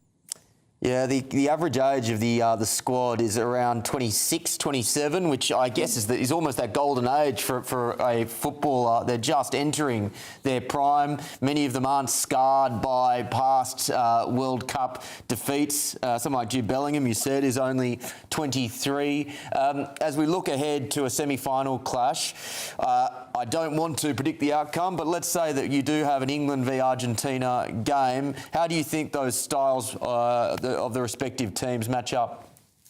Well, Tuchel's doing a terrific job. I mean, I'm not party to his meetings, obviously, but his substitutions, for instance, have all been brilliant. I mean, he brought Rodgers on, and Rodgers' shot led to Bellingham getting the winner. He brought Dan Burn on for the second time, who's only on for a short time, but he buttoned things up. He's obviously got a great spirit, and unlike a lot of managers who, when they lose, they come on and say, well, the team played quite well, or the team have won, they were fantastic. He actually tonight said they were lucky and that they've got to improve. And I think that he's keeping these players happy, but keeping them on their toes. And this is, for me, an important factor in going forward. So I actually think England can beat Argentina. I didn't at the start of the competition, but keep Messi out of the game. They've got good players, obviously, Argentina, and they'll be pretty tough. Every game's going to be tough from now on. England make it tough at times anyway. They got a bit sloppy at times tonight, Will, at the back. But in the end, they pulled through. They were the better side overall.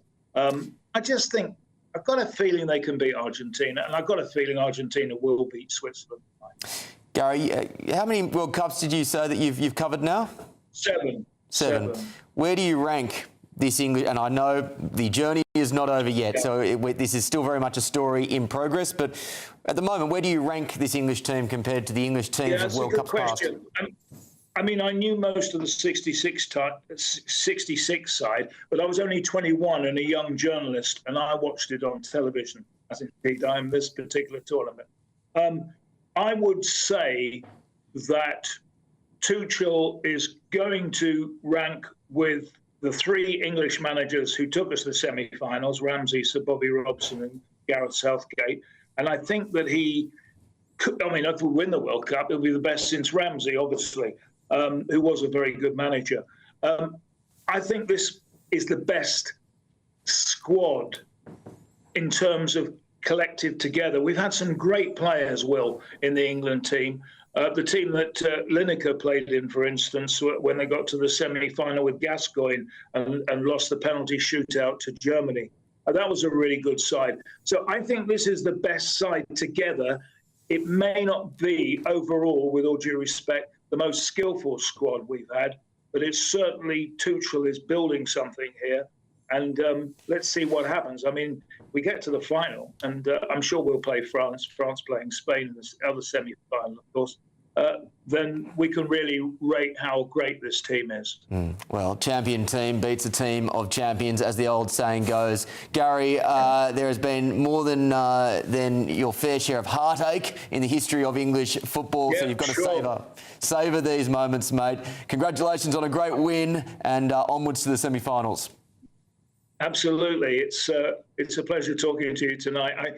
The great thing about watching England at this time of night is the same in Mexico. You're wide awake. I mean, normally you'd be staggering to bed at 1 o'clock most of the time, but this wakes you up. I don't even know whether I want to go to bed tonight. I'm buzzing.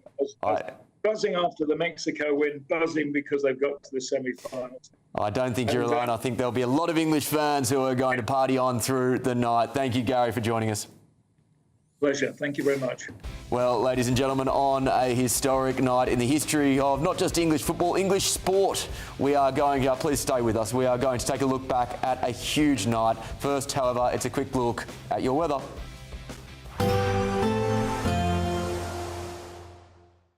Expect warm spells with the odd rude interruption. Box Boilers sponsors the weather on GB News. Hello then, a very good morning to you. This is your GB News weather update provided by the Met Office. Some areas in the south have now been in a heat wave for an entire week, and there's not much sign of a let-up, with high pressure still in charge, providing plenty of fine, dry weather. But it's pushing against low pressure to the south, and you'll see this squeeze in the isobars is resulting in quite a brisk easterly breeze, particularly around English Channel coastal regions. And it will turn quite gusty later on today, with potential for some quite choppy waves around if you are heading towards sea locations here. The breeze, though, will clear out some of the early cloud that we do have around, though it's probably going to be lingering across parts of Scotland, but elsewhere there should be a decent amount of sunshine emerging. And our top temperatures of today likely to be across the far south of Wales into areas of the West Country, where we could see 31, maybe 32 degrees Celsius. A little cooler over towards the east, where that breeze is coming in off the North Sea, but for Northern Ireland we'll still reach the mid-20s, perhaps similarly for southwestern Scotland. Elsewhere in Scotland we'll push towards 17 to 20 degrees Celsius. As we head into this forthcoming night, we'll see the return of some of that cloud that will start to push in from the east again. Perhaps not quite as widespread as we've seen first thing this morning, but there certainly will be some patches around, bringing a little bit of mist and murk around some eastern coastal regions, but fairly clear towards the west. Most of us, it's a fresher night to come, hopefully a little bit easier for sleeping, around 14, 16 degrees Celsius, but still relatively warm in the far southwest. And it's here where we could just start to see a few showers emerging later on Monday, but they'll be fairly hit and miss. Most of us should stay largely dry right throughout. Some cloud again just lingering along the far east coast, but there'll be a decent amount of sunshine for many of us emerging. Certainly if you're away from that breeze, it'll be fairly pleasant. Highs are around 24 degrees Celsius in western areas of Scotland, once again climbing towards 29, maybe 30 degrees Celsius across the southwest of England. And our run of 30 degrees Celsius is likely to continue right throughout next week. Expect warm spells with the odd rude interruption. Box Boilers sponsors the weather on GB News.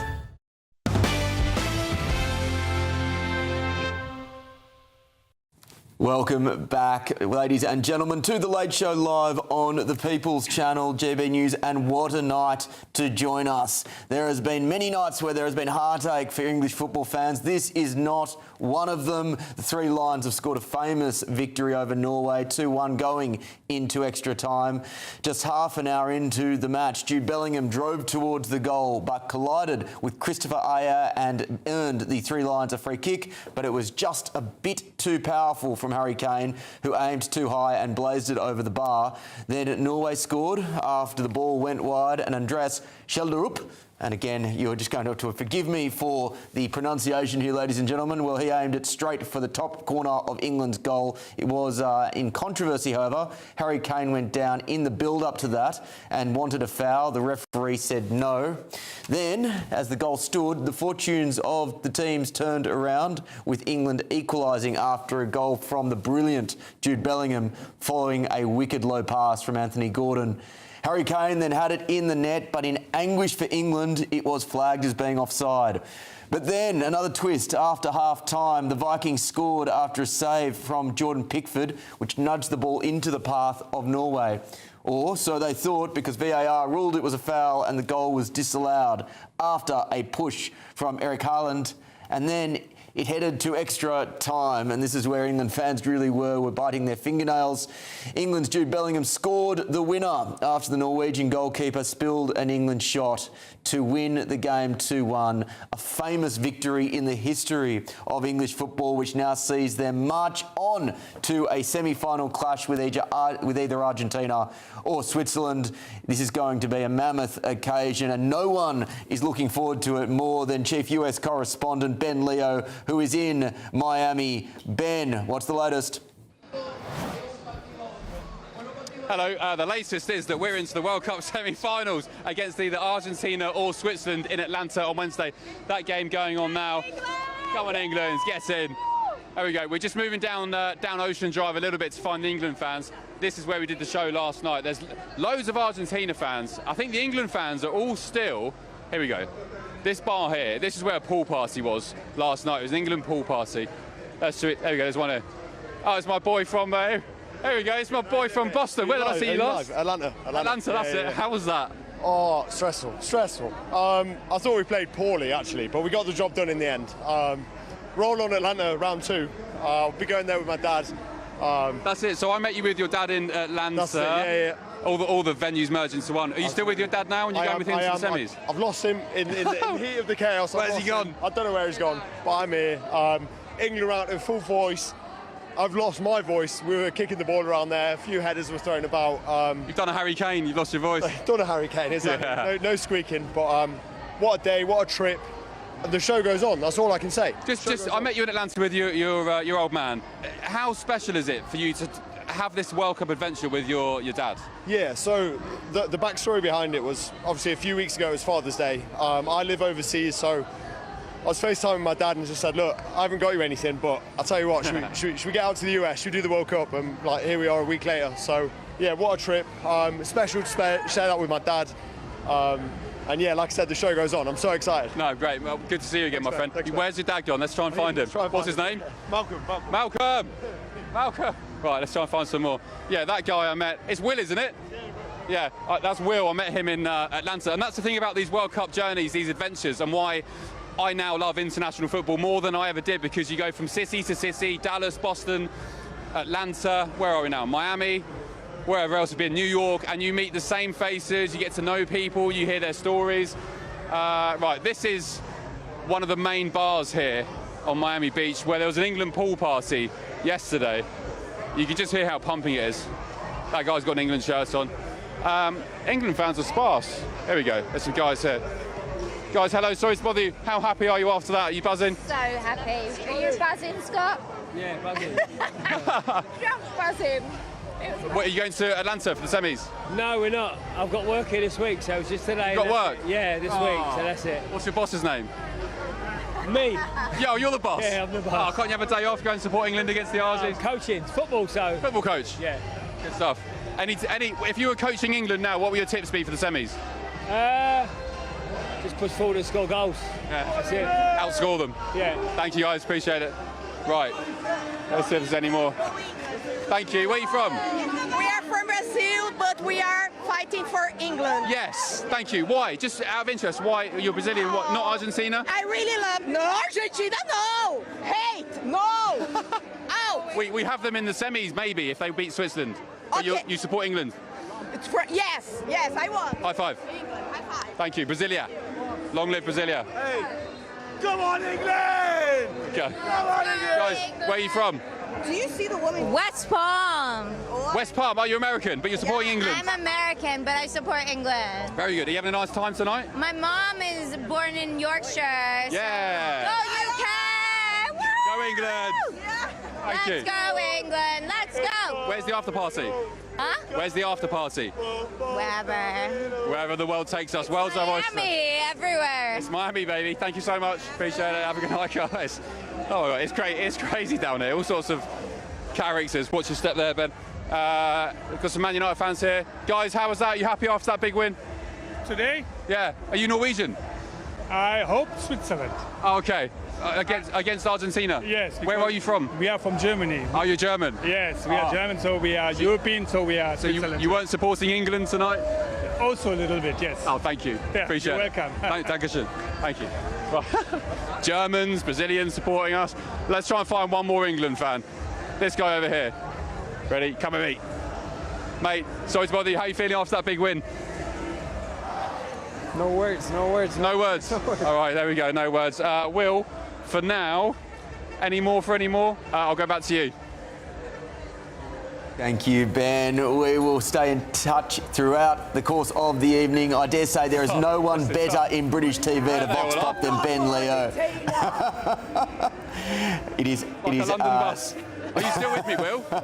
I'm still with you, but we may have to leave it there for now. Although, again, I would say the king of the vox pop, Ben Leo, it is sometimes heart-in-mouth stuff as he approaches fans who may have had, well, a heck of a night by the looks of some of them. And also, how special is it to see, and Ben Leo's memory is amazing, that there are characters that he has seen and met and throughout the course of the tournament who are staying there. It really is a wonderful journey, and I'm incredibly jealous that he gets to do it. Let's go now to sports journalist and broadcaster Marcus Buckland.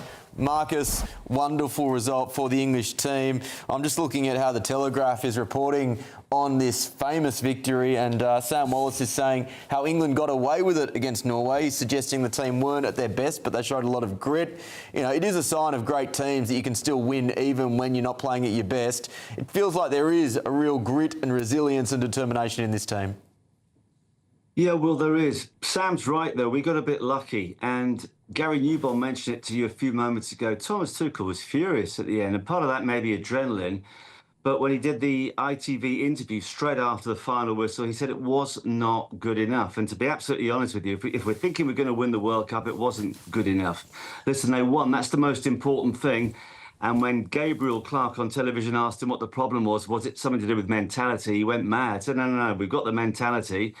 But maybe we're just not performing as well as we can do. And when you look at some of the teams we've beaten, you'd expect to beat them, but we are beating them. So, of course, it's a great result, but I actually love the way that Tuchel reacted. And I think as a manager, you can get away with it when your team's just won.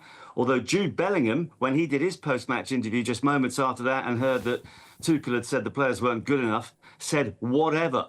So maybe there could be a little bit of a disagreement behind the scenes. Bellingham, magnificent. As long as he keeps playing well, then anything, obviously, is possible. Before we get on to the permutations for the semi-final, if they're not quite at their best this evening, again, it's fantastic they can win despite that. But what do you put that down to? Obviously, they were playing in an oppressive heat. It's a relatively young team, and so this is a grand stage for a young team, many of whom wouldn't have played, at least at an international level, on a comparable stage. What do you put down potentially that somewhat winning, but perhaps below par performance? You know what? The conditions obviously were really difficult, but they were really difficult for the Norwegians too. The bottom line is we have got two world-class players in Harry Kane and Jude Bellingham, and they have scored 12 of our 13 goals. So when you look at that stat, you say, OK, you're a little bit reliant on those two. I mean, having said that, Elliot Anderson's played magnificently. They defended really well tonight. The other thing, you've got to keep remembering, I'm going to sound like a cliched parrot here, Will, but there really is no such thing as an easy game at international level. You've got to grind. And England did that. You're not going to look brilliant all of the time. At the end of the 90 minutes, I really do sound like a parrot now, or 120 minutes. Ultimately, if you win, that is fine. But I like the fact that Tuchel wants more, and he's going to G up his players. and they will have to deliver more, you'd assume, if Argentina comes through against Switzerland. I think we'll win that game, by the way, but the big test will come in the final because France, based on what we've seen so far, are head and shoulders above everybody else. Well, that was going to be my next question. Argentina v Switzerland kicks off in about 8 minutes' time. You're expecting Argentina to win that one? Well, I am. Listen, they got a bit lucky. They left it very late, of course, against Egypt, coming from 2 goals down. Switzerland have ended a 72-year wait to get through to a World Cup quarter-final. So well done. That's a fantastic achievement. They'd never beaten Argentina in a competitive international match. This Argentina side is by no means as good as the ones that were rolling over teams in years gone by. They've still got Lionel Messi, of course. If he fires on all cylinders, and I appreciated what Gary was saying earlier and one or two other people, oh yes, if you keep Messi quiet, then you might win. That's a heck of a big if. Well, that was going to be my question. How do you stop Messi? Yeah, take him out with a brutal tackle after 5 minutes. Bottom line, because otherwise the guy's an absolute genius. You know, but we saw Haaland tonight. Everyone was talking about Haaland against Kane, and I love Harry Kane. He's my favourite player of all time. He had a very, very quiet game. Haaland was taken off. You know, so it's not always about those individuals, although, of course, this World Cup has been full of the big superstars scoring the goals. So Messi's going to be the big attraction. They've got to get through against Switzerland, first of all. I genuinely think England are good enough to beat either Argentina or Switzerland. I think they're going to get to a World Cup final. Yeah, it'll get hard against France or maybe Spain. Let's knock on a forest full of wood. But before we go, you've seen several English teams of the past. I'll ask the same question that I asked Gary, keeping in mind that this story has not been fully written yet. Where does this English team rank for you? I think it's right up there because, well, the thing is, in years gone by, listen, we had these golden generations of players. If you look at some of the squad that Capella had, you know, some of the squads that Sven-Göran Eriksson had, you could argue that they're, in terms of quality player by player, they are better. But I just love the way that Thomas Tuchel is getting a tune out of everybody. You know, you sometimes look at the defence and think, well, I mean, is this going to be good enough to hold on against the very best? But so far, they're doing enough. And as I mentioned, you've got a world-class player, Jude Bellingham. You know, he's absolutely sensational. He keeps coming up with the goods. Elliot Anderson is fantastic. Harry Kane had a quiet game tonight. That's brilliant. It means that on Wednesday, he's going to be sensational again. So the sum of their parts is good enough to match any of the previous England teams. And in Thomas Tuchel, they've got a manager who knows what he's doing. Thanks, Marcus. Well, a great win for English football. Thanks for your time this evening and enjoy it. Well, ladies and gentlemen, a famous night in the history of English sport. We charge on to a semi-final. Stay with us for all the reaction, analysis and talking points from England's World Cup quarter-final victory.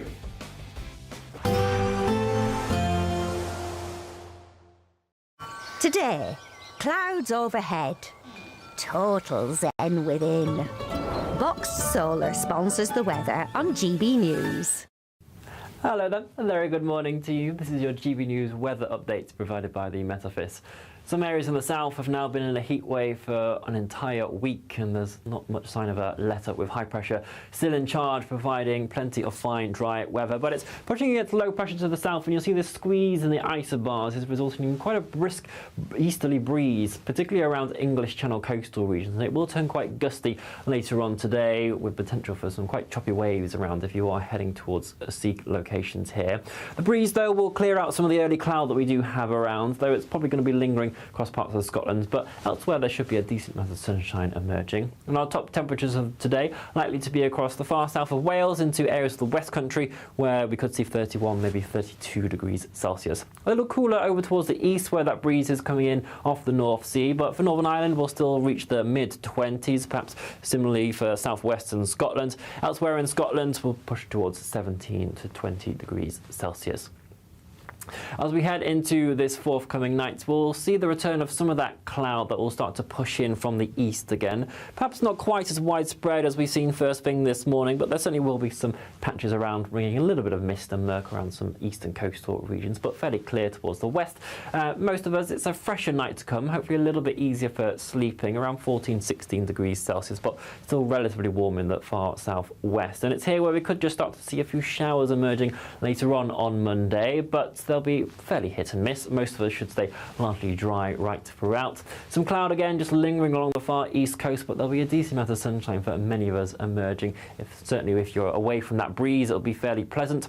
Highs are around 24 degrees Celsius in western areas of Scotland, once again climbing towards 29, maybe 30 degrees Celsius across the southwest of England. And our run of 30 degrees Celsius is likely to continue right throughout next week. Today, clouds overhead, total zen within. Boxed Solar sponsors the weather on GB News. Britain deserves a newsroom that puts the facts and your voice first. Well, and that's what you get on GB News. Lively debates, lively conversation. And we're not afraid to hold power to account. And each other. So join me, Andrew Pierce. And me, Miriam Gates, for Britain's Newsroom, weekdays from 9:30 on GB News. Bold. They are under no illusion. Ray, Are you a human trafficker? boundless. I've had enough of the nonsense, and I'm not afraid to say it. Don't get us on the BBC. Every weeknight, I tear through the headlines. The smell of gasoline. Should we be worried about it? From Westminster madness to cultural war chaos. What we're going to do now is they are throwing things out the car as we speak. Get ready, Britain. Here we go. Patrick Christys tonight, weeknights from 9 p.m. only on GB News, Britain's news channel. From the school run to the home run, watch a new show for all of Britain. So he can say whatever he wants. A straight talking show where all voices are heard. And, you know, when are we going to stop talking about smashing the gangs and actually do it? With the stories that matter from every part of our country. There's a bit of a crash landing there for your Chancellor. Bold, fearless and standing up for you. That's me, Martin Daubney, 3 p.m. till 6 p.m. weekdays here only on GB News. The People's Channel, Britain's news channel. From cold mornings to warm family brunches. From football to tennis in the car. In the kitchen. GB News Breakfast is there. With the stories you need and the conversations that matter. Anyway, let's talk business. Well, it has been a historic night in British politics. It's astonishing, isn't it? We're here again to start your day just right. GB News Breakfast. Every morning from 6 a.m. Only on GB News. Britain's news channel. Westminster's full of talk, but out here, it's the real world. Am I allowed to talk then? No, that's it. This is where it matters, real people and real lives. That's what politics is all about. In fact, has Trump made a good start? No. Straight answers, no spin, and just a couple of pints. How many fingers have I got up? About 10. So join me for Lee Anderson's Real World every Friday at 7 p.m. only on GB News. The People's Channel, Britain's news channel. Some people enjoy lazy Sunday mornings, but not me. What's the truth of the matter? So that's a very live question. Would you support him if he waters down these plans? Before the spin sets in, I'll be getting to the truth. This is personal. No soft questions, no easy answers. It's one thing if the state has rules in this country. It's another thing whether the police and others actually police them. Setting the agenda and holding those in power to account. You can't really blame her if the system is set up this way. You will not want to miss it, trust me. The Camilla Tominey Show, Sundays from 9:30, only on GB News.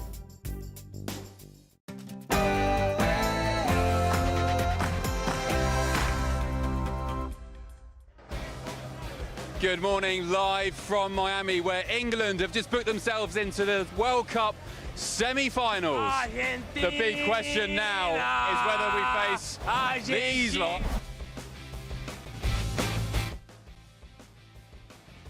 The Argies, hopefully, so we can do them over, or the Swiss, they're playing now. I'm Ben Leo, and this is The Late Show Live.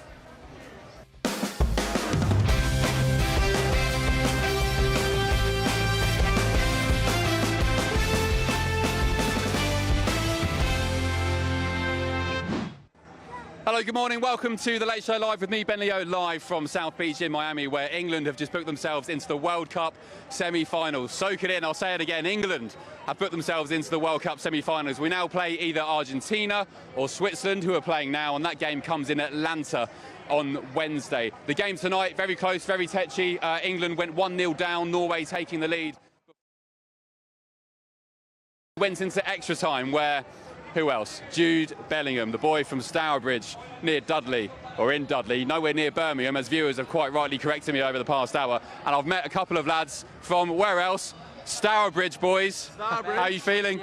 Amazing. What's your names? Charlie. George. Charlie and George from Stourbridge, of course, home to Jude Bellingham. How proud are you of Jude Bellingham tonight and Stourbridge? Absolutely amazing. Like, both from Morgan Rogers and Jude. How's Owen? Morgan Rogers. I'm the so link proud. Up they had today. Oh, yeah, amazing. It caused the second goal and it won us the game. The lads from Owen and Stourbridge making the nation proud. What are all your friends and family back home saying tonight back in Stourbridge? They're all. It's over everyone's story. It's just Jude. Who else? Who else? You know? Yeah. Just Jude. We've got a little. He's crashing the party here. This is our time. Where did you watch the game? We watched it down in Cleveland, in the England bar. Yeah. What was the atmosphere like? What was the sort of tension like? It didn't stop at all. The entire game, it just kept going. It never stopped. It's still not stopped now, to be honest. They're all still in there. Seeing so many England fans out in Miami is amazing. Like, you know, I think there's thousands of us here. Yeah. It's great experience. Yeah, amazing. Are you going to Atlanta for the semi-finals?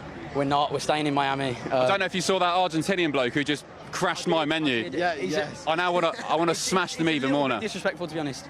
But you know, that's what the Argies are like. We get Argentina extra so we can finish them. So I know, because they're going to get knocked out in about half an hour. So. Oh, I thought you meant in the semis. Okay. Oh, yeah. We don't condone violence, guys. Thank you so much. Appreciate it. Thank you, Ben. Well done to you lot in Stourbridge, Jude Bellingham. Big GBNews fans as well, aren't you? Yeah. What's your favourite show? Patrick show. Hey. What did I tell you? Yeah. I said Archie. You say Ben Leo, Late Show Live. Ben Leo, Late Show Live. Patrick's great. Night. Thank you guys. Appreciate it. Have a good night. Right, let's try and find some more. Oh, that was funny. It's a funny old job sometimes, isn't it? Right. Yeah, that Argentina guy. As I said, Argentina are playing now against Switzerland in the semi-finals. We will be playing them in Atlanta on Wednesday. Let's start the fun again. Let's play Find an England Fan once again. Where we've got some guys there. Are you an England fan? Sorry, I'm running away from you. Hello. Hello. How you doing? Where are you from? Paul? No, Leeds. Are you from Leeds? How was the game tonight? How are you feeling? Tell the nation. I'm feeling great. I'm so happy. Yeah. Buzzing with the result. Absolutely. And where did you watch the game? What was it called? I don't know. What was it like? What was the atmosphere like? How many? Oh, it was buzzing, to be fair. We sat at the bar, but everyone was fucking, like, raving. I swear. Like, it was, sorry. I'm sorry, apologies. Sorry, we've had a few drinks. We have. And just tell our viewers back home, what's it like being in Miami, following England, with all your sort of countrymen and women around you? What's it like? How fun is it? It's so fun. Do you know what? Just being on, like, Ocean Drive, there's the most English people that we've seen. Yeah. Like, everywhere else, there's mainly been, like, Americans, and everyone's been, like, supporting everyone else. We've never been in an atmosphere where everyone's supporting the same people. Yeah. So when we've come to Ocean Drive, I felt like we're really in the community. Like, we're really here. Pick up the Miami community. That's and what's your it. plans for the rest of your trip? When are you going home? We're going home on Wednesday, so we've got, like, 5 days. Are you going to miss the semi-final? Because that's on Wednesday. You might be in the air. It is. We might change our flight. I don't know. Yeah, do that. Do it a day later so you can watch it. Thanks so much. What's your name? Savannah. Ben. Nice to meet you. Thanks, Savannah. Appreciate it. Right, let's try and find one more. There's one here. My friend, sorry to bother you, just seeing how you're feeling after that. Yeah, all good, mate. Sorry, I've got to... Right, not as happy as most people. Let's try and find some more down here. So as I said, Will, a very touchy game, and I've been saying all week that, you know, a lot of people were underestimating Norway, thinking it would be a fairly easy game. I'm not saying I'm a football expert or anything, but I always had the feeling, there's some England fans, I always had, hola, hola, vamos Inglaterra. My friend, how are you feeling after that? Brilliant, mate. Yeah, you've lost your voice. Yeah. You've done a Harry Kane. Oh, not as bad as that. Not as squeaky as that. Were you expecting that result? I was confident that we were going to win. It got close towards the end. But yeah. And who did you watch the game with? My dad in the pub. Oh, where is he? Somewhere now. In Getting drunk? Yeah. What's the plan for the rest of the night? Heading back to the hotel, freshen up and then straight back out. How long have you been in Miami, in America? We got here Monday. Just for this game? Just this game, yeah. Was it fairly cheap? Because there's lots more England fans here from Miami than there have been other venues. People saying the flights were cheaper, accommodation was cheaper. Yeah, the flights and accommodation weren't too bad, but it's very expensive along here. Yeah, quite pricey. Yeah. And just finally, because I look like such a state, please explain to the viewers why it's so hot and sticky. Oh, it's ridiculous. It's moist, it's like 35 degrees. Step out the hotel room, you burn already. Yeah, you're melting. Yeah. Mate, thank you so much. Appreciate it. Love your shirts as well. Was that World Cup 98? Yeah, show the camera.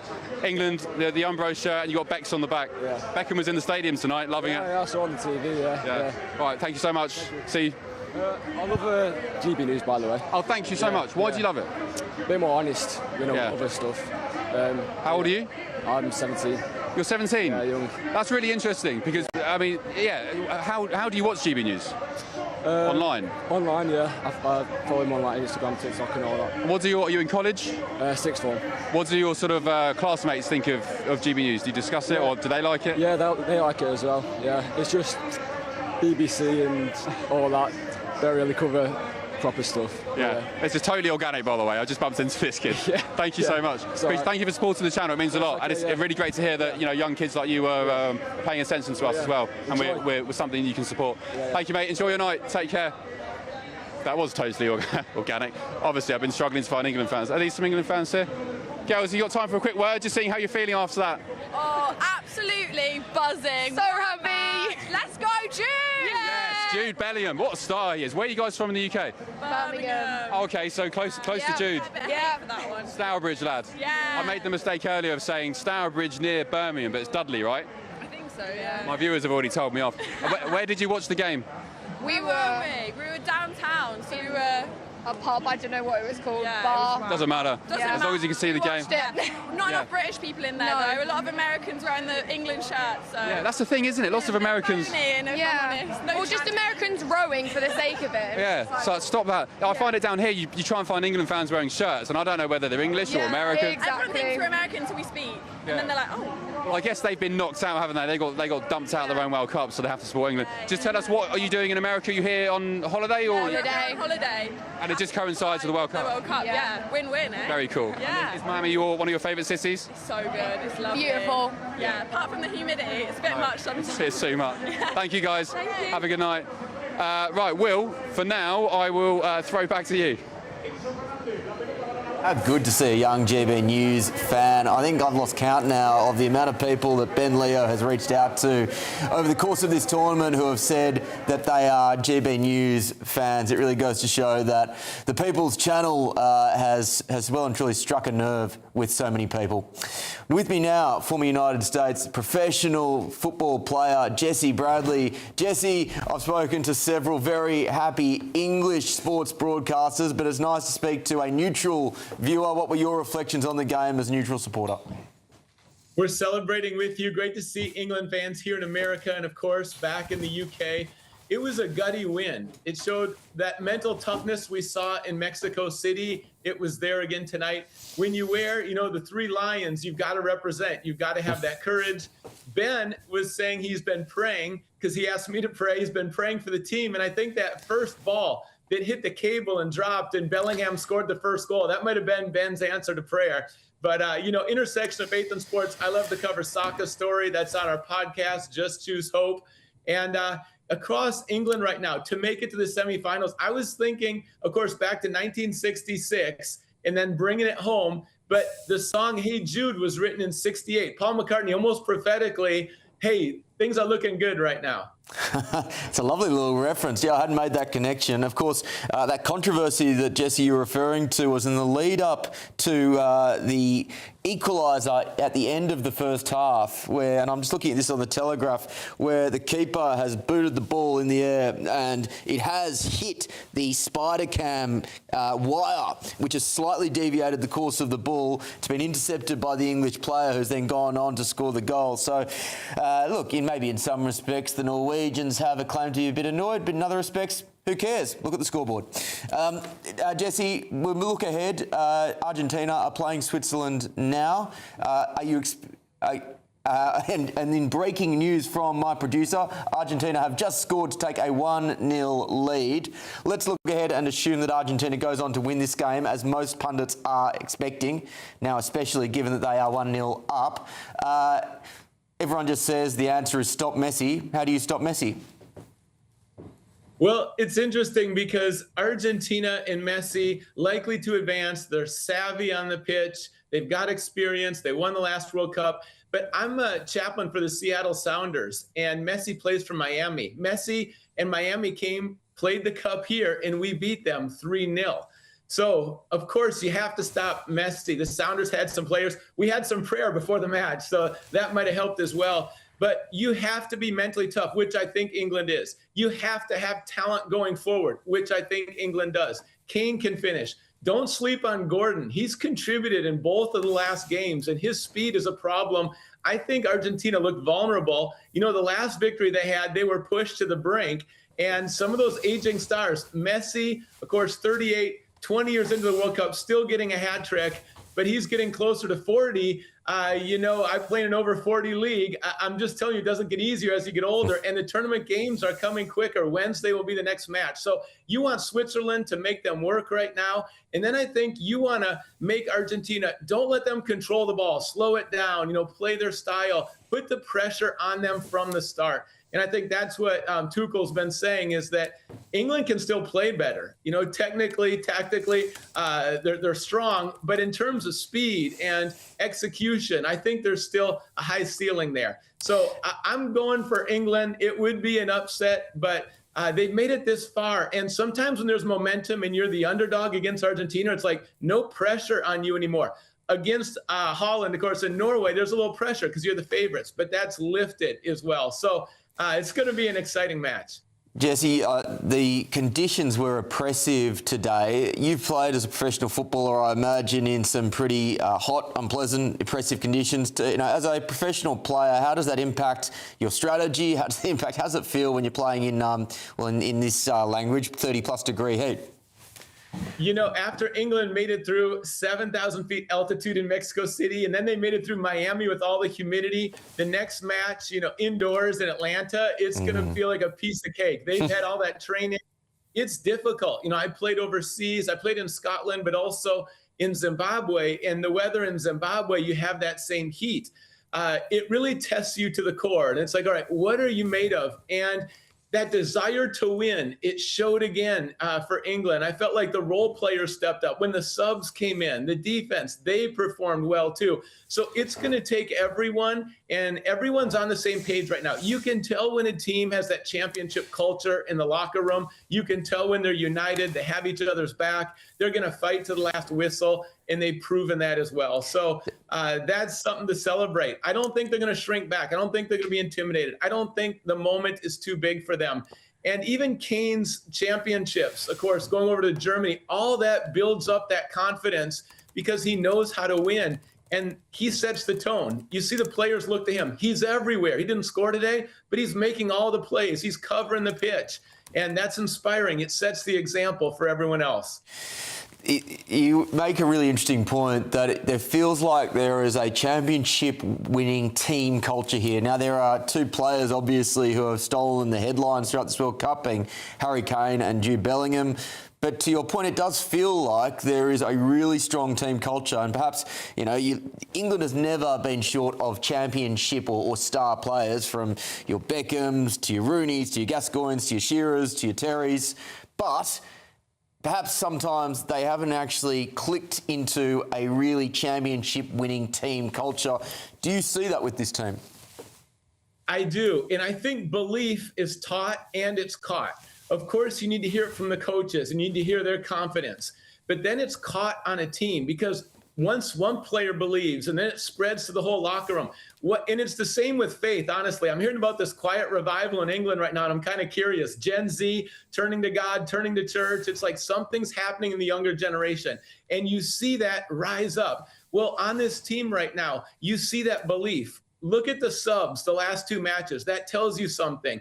On championship teams, when players are coming in off the bench, they've got to contribute. You can't have a drop. But the subs have come in and defended in Mexico, down a man. The subs came in today and they raised the level. I thought they were strong on the defense as well. So having that momentum, that confidence, that belief, you have to have it in each other. And this team has it.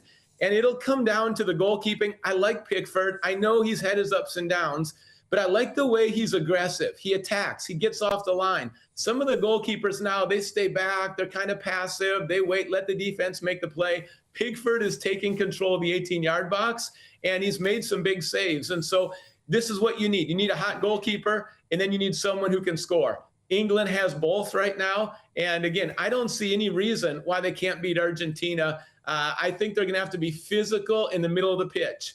Argentina, they have that gamesmanship. They know how to work it. They know how to foul, but not get too many cards. You know, they're like the older brother, and you've got to rise up. You know, if it's playground ball, younger brother against older brother, you can't back down at all. So they're going to have to be strong and physical. Well, I think we've proven in the Falkland Islands that we can well and truly be strong and physical against Argentinians. Jesse Bradley, thank you very much for your time.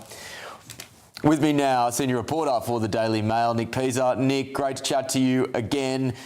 We have now seen the kickoff for the the Switzerland v Argentina game. 1-0 to Argentina appears to be going to script. Yeah, I mean, I think we expect Argentina to win that game and for England to be facing them in Atlanta on Wednesday. But, you know, Argentina aren't really the force that they have been in the past, are they? I mean, okay, they've got Messi, but look, against Cape Verde, you know, they scraped through 3-2, didn't they? You know, so that was a very, very close game.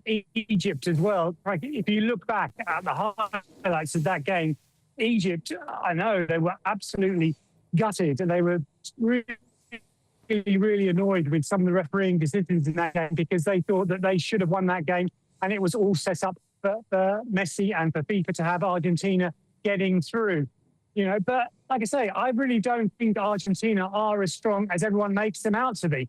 And I really think that it's that game there in Atlanta on Wednesday is there for the taking for England. And as your previous contributor said, there is such a spirit of togetherness and unity and bonding with that England team that perhaps we haven't seen in the past. You know, sometimes we've had a lot of, as you mentioned, a lot of individual talent, but we haven't seen them unifying as a team. And certainly this is what we're seeing now with this England team. You know, let's look at the stats. You know, this is, what are we looking at? There's semi-finals in 2018 in the World Cup, semi-finals in 1990. They've been in 2 European Championship finals as well. Sadly lost those, but look, you know, its luck has got to change at some time. And certainly the England fans around me really thought that the time is now and it's ending 60 years of her. I mean, I was also speaking to President Trump's point man on this, the White House point man, Andy Giuliani, yesterday, and he certainly thought that England had it in them to win their next 3 games. And he said he thought that they could actually ultimately win the tournament in New York, which is a week from today. Well, whisper it, Nick.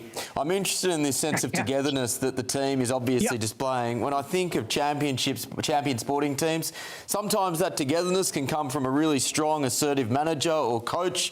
Sometimes the coach takes a back seat and basically says right to the senior players like the Harry Kanes, this is your team. I want you to lead the culture. I want you to drive the discipline and the standards. Where do you think this is coming from in this team? Is this, you know, led by Tuchel? Is it led by Kane? Is it a combination? Give me a sense of that.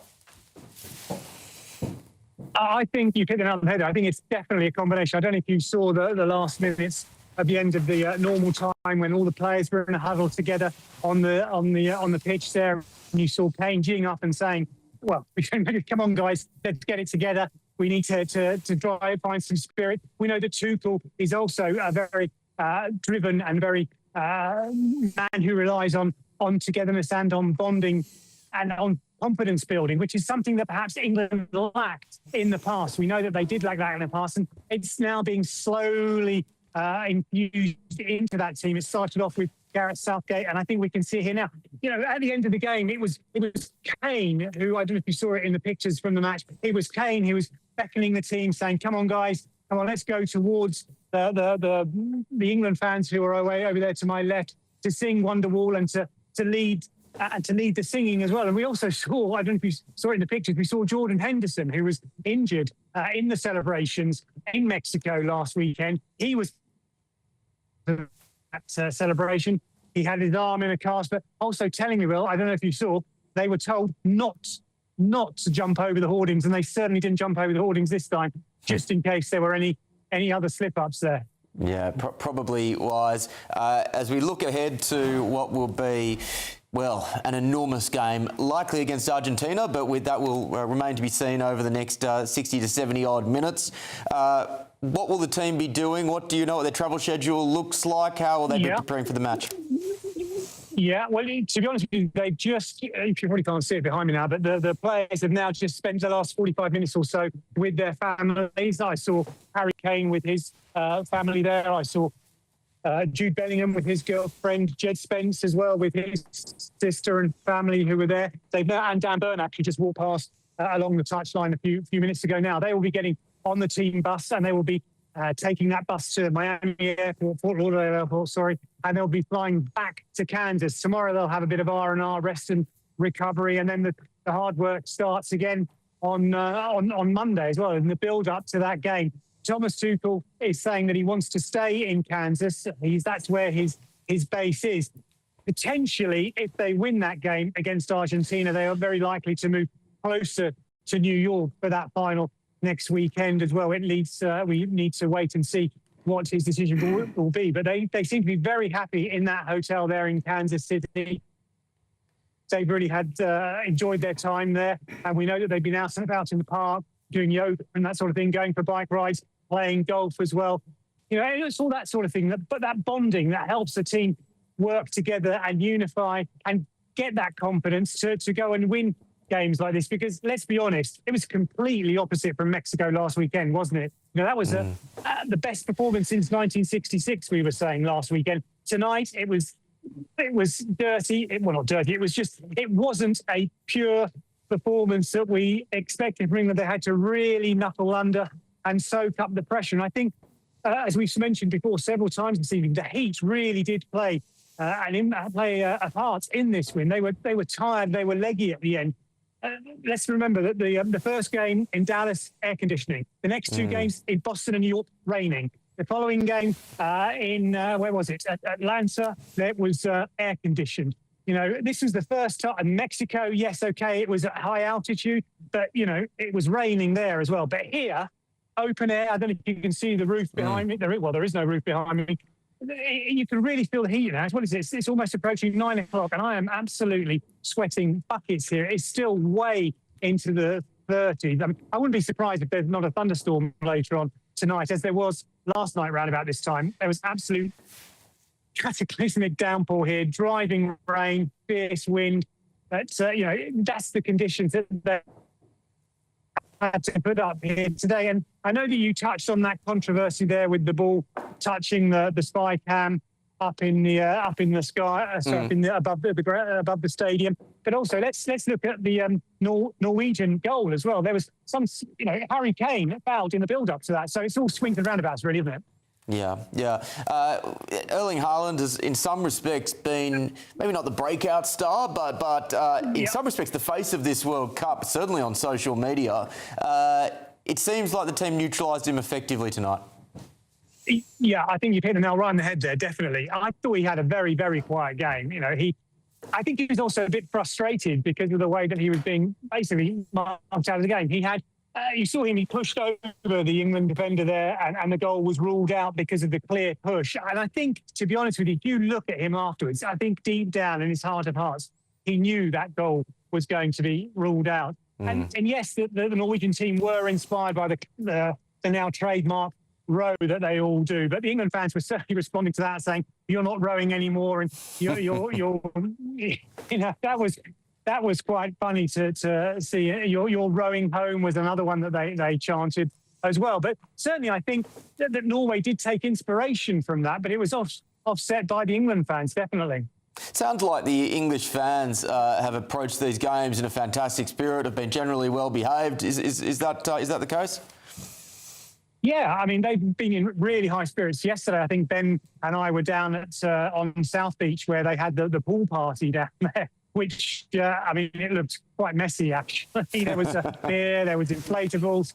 I mean, everyone looked to be having such a great time there. And yeah, I mean, the fans are really enjoying it. And you can, whisper it, but, it could be coming home. I spoke to a dad who was here, an expat dad, originally from Surrey, now living in Orlando. He paid a 5-figure sum to get his family, his wife and 2 kids in here tonight. And he said to me at the end of the game that he was crying. He was in tears, and he had to explain to his kids why he was in tears. And he also had to explain to his kids that sometimes watching England is not fun. That's what his words. It's not fun to watch England sometimes.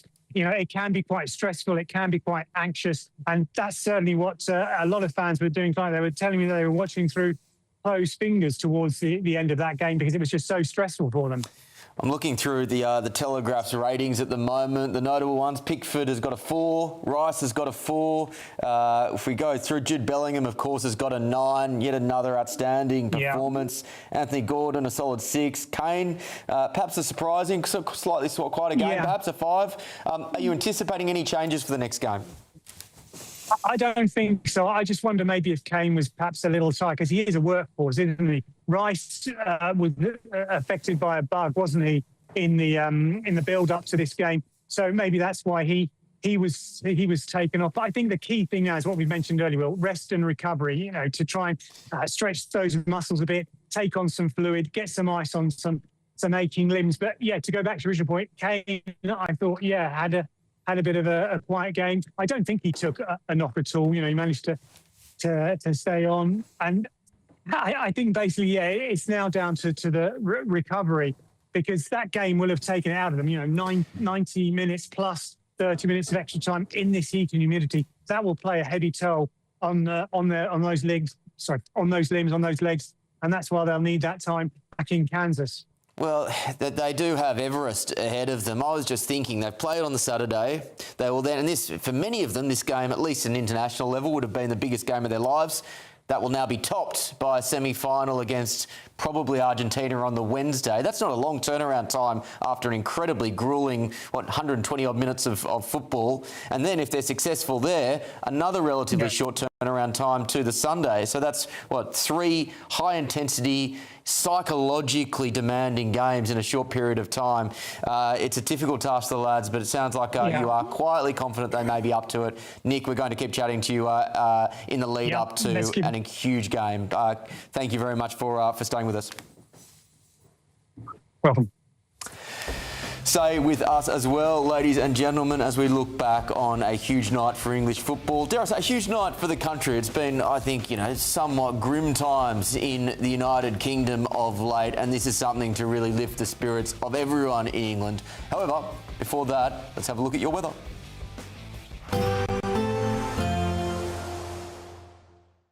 Expect warm spells with the odd rude interruption.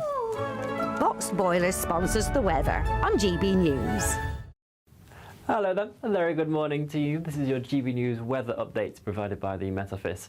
Some areas in the south have now been in a heat wave for an entire week, and there's not much sign of a let-up, with high pressure still in charge, providing plenty of fine, dry weather. But it's pushing against low pressure to the south, and you'll see this squeeze in the isobars is resulting in quite a brisk easterly breeze, particularly around English Channel coastal regions. And it will turn quite gusty later on today, with potential for some quite choppy waves around if you are heading towards sea locations here. The breeze, though, will clear out some of the early cloud that we do have around, though it's probably going to be lingering across parts of Scotland, but elsewhere there should be a decent amount of sunshine emerging. And our top temperatures of today likely to be across the far south of Wales into areas of the West Country, where we could see 31, maybe 32 degrees Celsius. A little cooler over towards the east, where that breeze is coming in off the North Sea, but for Northern Ireland we'll still reach the mid-20s, perhaps similarly for southwestern Scotland. Elsewhere in Scotland we'll push towards 17 to 20 degrees Celsius. As we head into this forthcoming night, we'll see the return of some of that cloud that will start to push in from the east again. Perhaps not quite as widespread as we've seen first thing this morning, but there certainly will be some patches around, bringing a little bit of mist and murk around some eastern coastal regions, but fairly clear towards the west. Most of us, it's a fresher night to come, hopefully a little bit easier for sleeping, around 14, 16 degrees Celsius, but still relatively warm in the far southwest. And it's here where we could just start to see a few showers emerging later on Monday, but they'll be fairly hit and miss. Most of us should stay largely dry right throughout. Some cloud again just lingering along the far east coast, but there'll be a decent amount of sunshine for many of us emerging. Certainly if you're away from that breeze, it'll be fairly pleasant. Highs are around 24 degrees Celsius in western areas of Scotland, once again climbing towards 29, maybe 30 degrees Celsius across the southwest of England. And our run of 30 degrees Celsius is likely to continue right throughout next week. Expect warm spells with the odd rude interruption. Box Boilers sponsors the weather on GB News.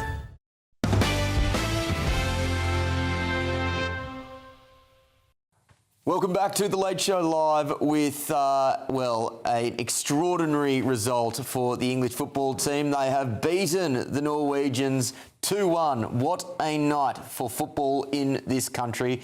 To remind you, if you are just joining us, I should say, a recap of the match. Just a half an hour in, Jude Bellingham drove towards the goal, but collided with Christopher Ayer and earned the Three Lions a free kick. But it was just a bit too powerful from Harry Kane, who aimed too high and blazed it over the crossbar, as you're seeing in the images there. Then Norway scored after the ball went wide and Andreas Schjelderup aimed straight for the top corner of England's goal, taking a 1-0 lead. But in controversy, Harry Kane went down in the build-up to that and wanted a foul. The referee said no. The fortunes turned quickly, with England equalising after a goal from, who else? Jude Bellingham, following a wicked low pass from Anthony Gordon. They went into half-time at 1-1. After half-time, I should say, the Vikings scored after a save from Jordan Pickford, which nudged the ball into the path of Norway. Or so they thought, because VAR ruled it was a foul and the goal was disallowed after a push from Erling Haaland, I should say, and I'd say a really blatant push at that. It was then headed into extra time, where England's Jude Bellingham scored what was ultimately the winner after the Norwegian goalkeeper spilled an England shot. End result 2-1 to England. They will now go on to face the winner of Argentina v Switzerland. That game is currently in progress. My understanding is it is still 1-0 to Argentina, who are expected to win that game, which would set up a blockbuster Falklands rematch this coming Wednesday. Let's cross to Ben Leo now. He is in Miami. Ben, what have you got for us? Jude Bellingham, the boy from Stourbridge, 2 goals, England into the semi-finals. Still here on Ocean Drive in South Beach, Miami. The game going on behind us in all the bars down here is Switzerland versus Argentina, and that's important to viewers and listeners back home in England, because we play the winner of that match in the semi-finals in Atlanta. I want the Argentinians, actually. They are 1-0 up at the moment, so as it stands, could change, as it stands, England will play Argentina in Atlanta, and boy oh boy, that will be a tasty fixture on Wednesday. Let's see if we can find some England fans. Here's some there. I've got some Leicester fans. Hi guys, how you doing? Thoughts after that game? How are you? You happy? We're buzzing, we're absolutely buzzing, mate. Where are you from back home? Leicester? Any guesses? Yeah, quick guess, Leicester, right there. So good club. For Leicester today, good mate. club. Where did you watch the game? What's it called? Was it Saxon? Saxon something. Bell something.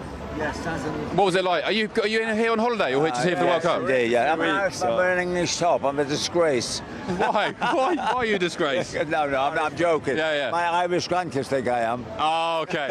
Got it. Are you, so as you're on holiday here for 2 weeks in America, yeah, from Leicester. Are you going to Atlanta for the semi-finals? No, but I do have a nephew who's down from Atlanta. He lives in Atlanta. Oh, lucky boy. From Leicester originally. Is he English? Yes, 100%. Oh, so you might be going to the semis. Oh, yeah, he's actually got tickets to the semi and the final. Just tell me, we could be playing Argentina. They're 1-0 up at the moment.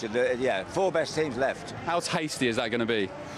It'll be a good game, but we'll bring it back, so it's all right, mate. As long as they forget the Falklands. Well, let's come on then. Let's talk about the Falklands, because I don't know if you saw. Well, talking of Leicester, Gary Lineker. Did you see that clip of him saying the Las Malvinas? Yeah. Did you see that? Yeah. No, I didn't. He did a podcast. He was talking about playing the Argies. Yes. And he said, there's a discussion about the Falklands or Las Malvinas. Yeah. Oh, right. Well, that's. Are you a Lineker fan? Sorry? Are you a Gary Lineker fan? Oh, yeah, but I'm... Being a Leicester lad? Jamie Vardy. Oh, I've supported Leicester since 1963. Yeah. I worked down at the stadium. I work in hospitality, so it was absolutely brilliant. I'm so glad you won the league that year. Yeah. Oh, it was wonderful. Yeah. And we had loads of people from America, Sweden, all over the world. CNN were there. Yeah. Oh, absolutely fantastic. Well, thank you so much. It's a mouth-watering clash in Atlanta with Argentina. Thank you. Have a great night. Good holiday. Right, any more? Hello, Argentina fan. We're from English TV. You're playing us maybe in the semis. No sabo. Don't know what that meant. No me gusta el español porque el profesor es antipático. Let's try and find one more. Here we go. Anyone here? Everyone's having their dinner. The issue is that the stadium is some miles away, and as I understand it, the England fans, a lot of them are still at the stadium. Will, for now, I'll go back to you unless you've got any questions whilst you try and scout some people out. Ben, I do have a question, and it goes to you personally. You are chief US political correspondent in the United States. I imagine this is a dream job for you, and you are now watching the English football team march towards a semi-final. Yeah, you must be pinching yourself, mate. Yeah, I'm very lucky, very lucky. It was always my dream to... there we go, 1 second.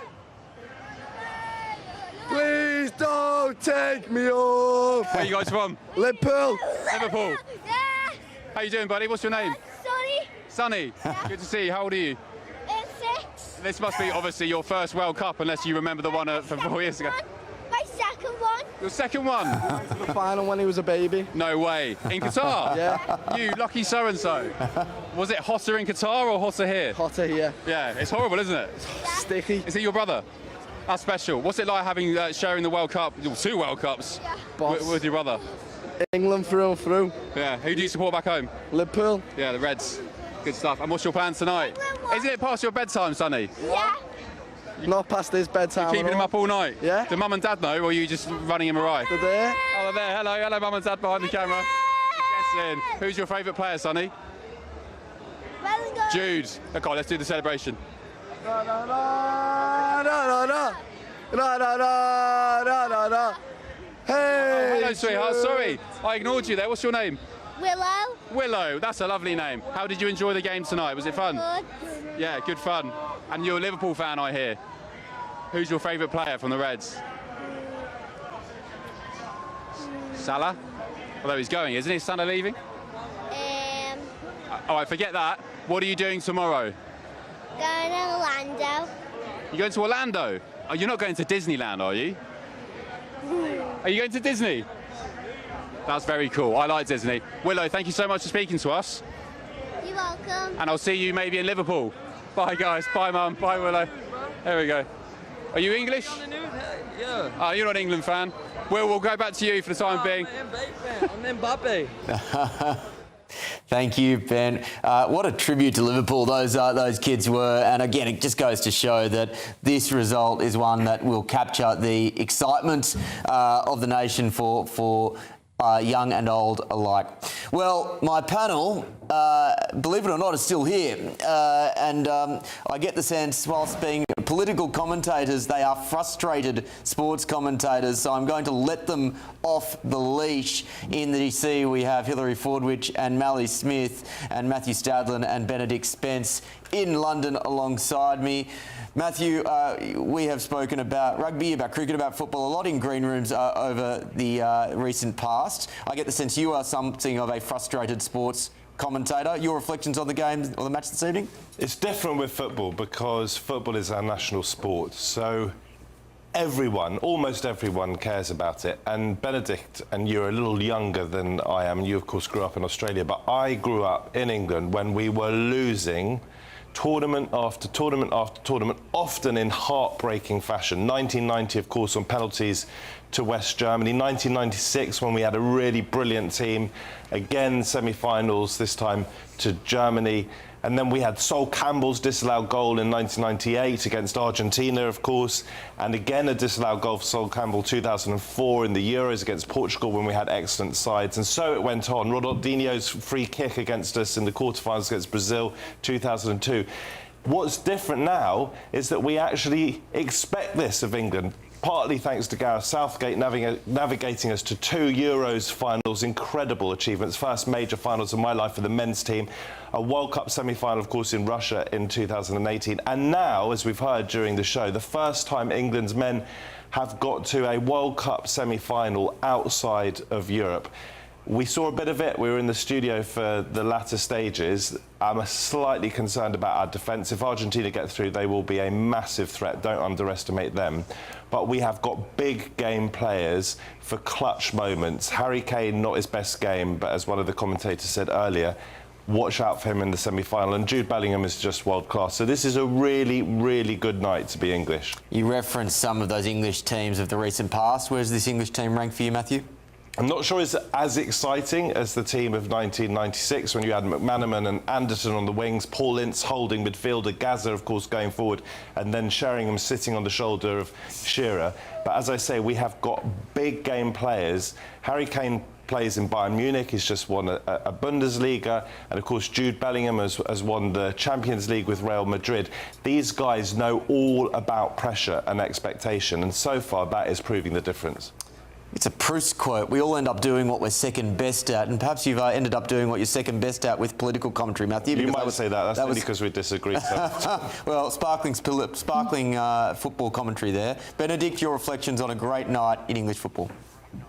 I think it's very reassuring now that we're able to get through these kind of games where once upon a time we'd have been playing these teams that aren't necessarily at what we would have considered the top-ranking teams, and we would have failed. You know, I can remember having sat through so many World Cups and previous eras before this sort of most recent iteration of the England national team came about, and these would be the games that we messed up. These would be the ones that we lost. They'd be draws rather than wins. They'd be penalty shootout knockouts, or they'd be defeats. But that has changed, and I think that something with the mentality has changed as well. It's interesting, sort of, you know, seeing Ben Leo going through the streets there, talking to different people who have seen different competitions before. One of them was wearing a jersey from, I think it must have been from, what, 1998, with Beckham on the back.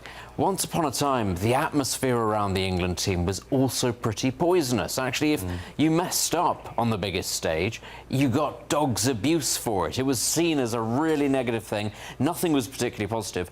Now you get the situation where, say, you're Bukayo Saka and you miss a crucial penalty in the shootout. You don't get... There is still, of course, there are some idiots that are always going to behave that way, but you don't get ostracised, you don't get the abuse like you used to, because people understand and they empathise a lot more with the team, and because actually the team has made fans believe again that we can get to these sorts of levels. I think people are a lot more, frankly, tolerant. They're prepared to put up with a little bit more. And that's why, even so, you know, this World Cup, England haven't played phenomenal football the whole way through. People have been sat there going, do you know what, though? I feel more confident that even in these really hard slogs, we can get something. Whereas in the past, under the likes of Fabio Capello, you'd be watching it and going, yeah, this is a slog, and I don't expect us to get anything out of this. And I think that cultural shift, that very slight vibe shift, as they might say, I think has played a real important role in actually fans' relationship with the England national team. And can I suggest, mercifully, there feels like there may be a slightly more guarded approach towards the success of the English team. You've had tournaments in times gone by where you have one good win and suddenly it's coming home is blaring out across every pub in the country. I get the feeling, Benedict, that in this time people are whispering it, they're whispering it very quietly, and now, Final Four, there's a good shot. But still, I think our English fans have been hurt one too many times before, and they're just at the moment just holding back a tab. It's quite a relief, guys, that the song of this tournament is Wonderwall rather than It's Coming Home. And that It's Coming Home thing it's a wonderful song, and it captured that moment in '96, but almost became a sort of chain around our ankles. And there wasn't the fever pitch expectation ahead of this tournament, or indeed ahead of recent tournaments, which is weird because actually we've probably got a better chance in this tournament and in recent tournaments. If you remember the past, the metatarsal of David Beckham, the metatarsal, I think it was, of Wayne Rooney, the whole country was gripped by that. No such thing this time. And actually Tuchel left behind one or two of our most talented players in the name of the team, and that could prove crucial. Again, I think the fact that, you know, we're all talking about it as if it's a fait accompli that we'll be playing Argentina. It could, of course, go the other way, but it's most likely to be Argentina that we play. And the weird thing about that is, on paper at the very least, England are a better team than Argentina. Argentina have got 10 real old-fashioned yard dogs. They've got some grafters. Plus, they've got the main guy, obviously, but he's not the player that he once was. And yet, once upon a time, England would have been looking at that and going, yeah, I fancy these. Absolutely, we'll take them. We'll be better than them. Now, that attitude is different. Now it's very much a sort of OK, we are better on paper, but let's not get ahead of ourselves. It's going to be a bit difficult. It's going to be a bit tasty. I think that's a really healthy change, frankly, for us to approach it with just a bit more scepticism than we might otherwise have done. Hilary, you live in the United States, but you're, of course, English-born. How are you feeling this morning? Well, can you see? No, so we were really all eyes on it here. And of course, the show started right before the game ended. And it was just like heartbreaking because we had to watch it. But I have to say, I'm an English girl born. Yes, they say you can take a girl out of England, but you can't take the England out of a girl.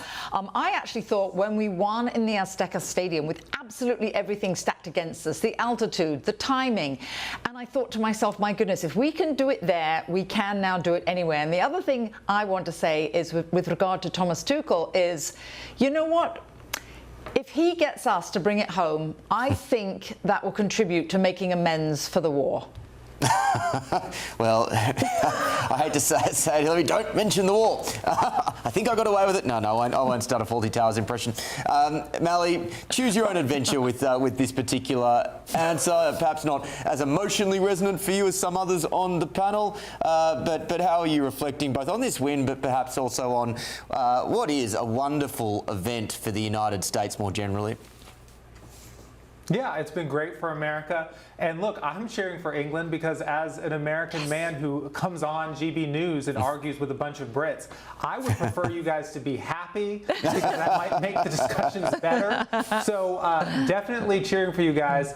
I actually watched the game. The first half, obviously the second half we were getting on air. But things I noticed and observed as an American who hasn't watched much football. First off, the Norwegian best player, I don't know how to pronounce his name. Haaland. Looks kind of like a caveman, not gonna lie. Unfortunate looking dude. Second, the Norwegian chant and rowing is annoying, so they can row their way home. Third, it's incredible to me that you guys count up on the time. That makes no sense to me. I also think it's a little strange that it's mysterious that like we don't know when the game will end. Like they add time, we're never really sure. And then lastly, I find it humorous that these players act like they get shot when they're touched and fall to the ground. There's acting in basketball too. You sometimes sell a foul call, but it is nothing compared to how these guys just drop on the floor when they are touched. Matthew, there's tons of memes over here. There's tons of memes over here about like we would be extinct as a species if men had to go through labour. We're going to see how dramatic they get with a little bump on the pitch. Yes, that's right, Matthew. Of course, you love rugby union as well as loving football. I think there is a very different mentality to injuries in that sport. And again, this has been a consistent in football for time immemorial. But does this still annoy you? Well, actually, funny enough, England are playing Argentina in rugby next weekend, so we're playing Argentina twice in a week. Resounding win, by the way, for the English rugby team against Fiji today. They smashed them by 70-odd points, so a great day for England. And we smashed India in the T20 cricket, so it wasn't a bad day for English sport. However, I've played a lot of rugby in my life, play football every week. When you come across professional football players, and we had a great on the show last night, actually, Luther Blissett, who scored a hat-trick on his full debut for England, no less. They are much harder and physically stronger than you might imagine. And I remember this from interviewing Carlo Ancelotti for an old television series I used to present back in the day. And he's now, of course, the coach of Brazil. They crashed out against Norway in the last round. But I went to interview him at the Chelsea training ground when he was manager there. And I remember the Chelsea players coming out of training, and they were up close and personal, much more physical, much stronger than you might imagine them. So look, if we were playing against some of these guys, we would be bouncing off them. Benedict, let's look ahead. Again, let's assume I haven't seen the most recent score for Argentina v Switzerland. Still 1-0. Still 1-0. Again, the assumption, and again, it's dangerous to mock the sporting gods, but the assumption is Argentina will progress. How do you feel about a blockbuster Falkland Islands rematch this coming Wednesday? As I say, theoretically, looking at the two teams on paper, this is not a vintage Argentina team. England should do very well against them, but to be fair, the last World Cup didn't have a vintage Argentina team, and it went on to win the competition because they've got the main guy. And okay, he's 39, he's about to turn 40.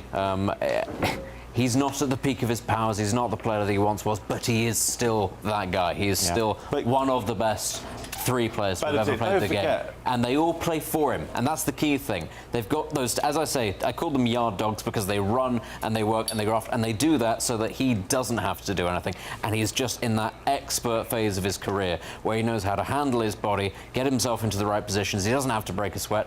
Now, if you can neutralise that, fair, you got a chance, but still, this is the greatest player to have played in our lifetimes. Lautaro Martinez, not a bad player. Alvarez, who was a Man City player, not a bad striker. Christian Romero, I've seen him a lot at Spurs. I don't share the view that he's world class, but for Argentina, not bad. Fernandes for Chelsea, but this is key. Messi, and I followed him around the 2014 World Cup watching Argentina, actually. Our tickets were tied to the Argentinian team. there is a good argument for him having been the best player in the world when he was 19. He is now, I think, 39.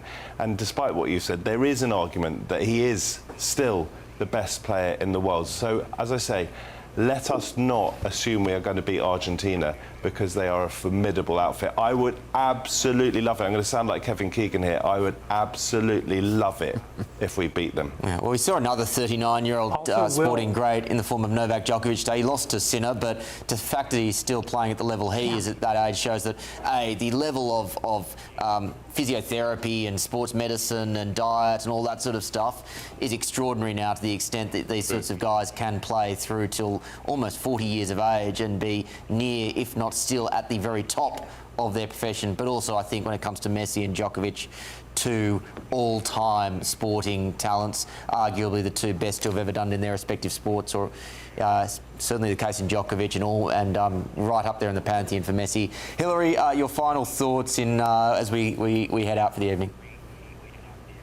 Well, I just think that we've got to bring it home, and I agree with you, but I will say it's the first time in a long time I've actually disagreed with Prince William, because his post was never a doubt. I don't think that we were super confident going into this that we would definitely win, so I just think it's wonderful that we've prevailed, but everything everyone said about Argentina, we just can't be complacent. I did hear that Thomas Tuchel did actually reprimand our players even after our win tonight, but he's a tough man, and he said, remember, you're Englishmen, you're brave, and I think he's really stuck it up their bottoms, and I think if anybody's going to get them over the finish line, it'll be him.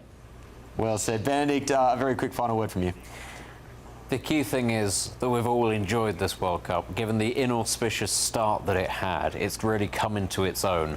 And I think that as much as anything else, I think that we can be very happy, that we can be very satisfied that given all the sort of the teething troubles, we're actually down to the semi-finals. We're all looking forward to it. And OK, it's Argentina, who we hate, and it's France, the old enemy, who we will probably end up facing in the final if we get through. It should be daunting, but actually we're all here and we're looking forward to it. Well, that's all we have time for tonight on what has been, well, look, initially a night which was very poignant and very sad, but has ended in triumph for this English football team. Thank you very much to my panel, Matthew, Benedict, Hillary and Mally, and more importantly, thank you very much at home for spending time with us on the People's Channel, GB News. I'll be back with you tomorrow night. Until then, come on England.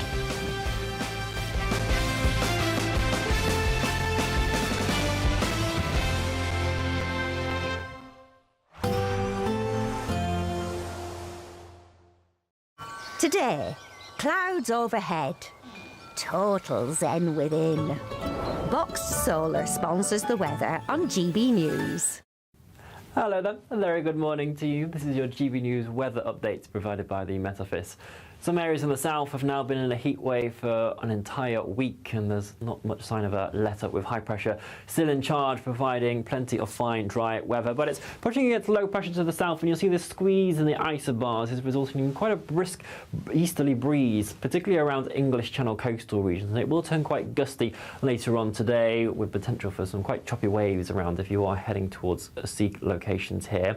The breeze, though, will clear out some of the early cloud that we do have around, though it's probably going to be lingering across parts of Scotland, but elsewhere there should be a decent amount of sunshine emerging. And our top temperatures of today likely to be across the far south of Wales into areas of the West Country, where we could see 31, maybe 32 degrees Celsius. A little cooler over towards the east, where that breeze is coming in off the North Sea, but for Northern Ireland we'll still reach the mid-20s, perhaps similarly for southwestern Scotland. Elsewhere in Scotland we'll push towards 17 to 20 degrees Celsius. As we head into this forthcoming night, we'll see the return of some of that cloud that will start to push in from the east again. Perhaps not quite as widespread as we've seen first thing this morning, but there certainly will be some patches around, bringing a little bit of mist and murk around some eastern coastal regions, but fairly clear towards the west. Most of us, it's a fresher night to come, hopefully a little bit easier for sleeping, around 14, 16 degrees Celsius, but still relatively warm in the far southwest. And it's here where we could just start to see a few showers emerging later on Monday, but they'll be fairly hit and miss. Most of us should stay largely dry right throughout. Some cloud again just lingering along the far east coast, but there'll be a decent amount of sunshine for many of us emerging. Certainly if you're away from that breeze, it'll be fairly pleasant. Highs are around 24 degrees Celsius in western areas of Scotland, once again climbing towards 29, maybe 30 degrees Celsius across the southwest of England. And our run of 30 degrees Celsius is likely to continue right throughout next week. Today, clouds overhead, total zen within. Boxed Solar sponsors the weather on GB News. 5 hosts, 5 opinions, 5 fearless debates, 5 unfiltered takes on the day's news. 5 reasons not to be anywhere else on Saturday night. This is the Saturday 5. You got me good there. Britain's biggest Saturday night TV show. It's not a bad brand. Yeah. Uncensored. Very, very racist tonight. On the unpredictable. What did she say? Can you translate it for us? And always entertaining. And how can a country go from being led by William Wallace Saturday nights from 6 p.m. only on GB News, the People's Channel. Britain's news channel. You're going to want to stay tuned, trust me. Do you trust what you're being told? Good, because neither do I. Those are just facts. I'm Alex Armstrong, and on my show, we'll expose the spin. Well, I want to answer that, because you didn't let me last time, because you always speak over me. The broken promises. To deny that is denying the truth. And the hypocrisy. We can allow. Politics, policy, parliament. Nothing is off limits. No sugarcoating, no fear of offence, just the truth laid bare. Tune in every Saturday and Sunday at 9 p.m. for Alex Armstrong Tonight, only on GB News, Britain's news channel. Join me, Nana Akwe, for an informative, interactive news programme with a difference. It's fun. No, he didn't say that, Dave. I'm so surprised. I think there's an element of truth to that. Join me from 3 p.m. every weekend, only on GB News, Britain's news channel. Westminster's full of talk, but out here, it's the real world. Am I allowed to talk then? No, that's it. This is where it matters, real people and real lives. That's what politics is all about. In fact, has Trump made a good start? No. Straight answers, no spin, and just a couple of pints. How many fingers have I got up? About 10. So join me for Lee Anderson's Real World every Friday at 7 p.m. only on GB News. The People's Channel, Britain's news channel. Breaking news, live updates, stories that matter. From the heart of the GB newsroom to every corner of Britain, with our team of dedicated journalists across the UK. GB News bulletins are there to deliver the latest news that matters to you. Bulletins on GB News, the People's Channel, Britain's news channel. From the school run to the home run, watch a new show for all of Britain. So he can say whatever he wants. A straight talking show where all voices are heard. And, you know, when are we going to stop talking about smashing the gangs and actually do it? With the stories that matter from every part of our country. There's a bit of a crash landing there for your Chancellor. Bold, fearless and standing up for you. That's me, Martin Daubney, 3 p.m. till 6 p.m. weekdays, here only on GB News. The People's Channel, Britain's news channel.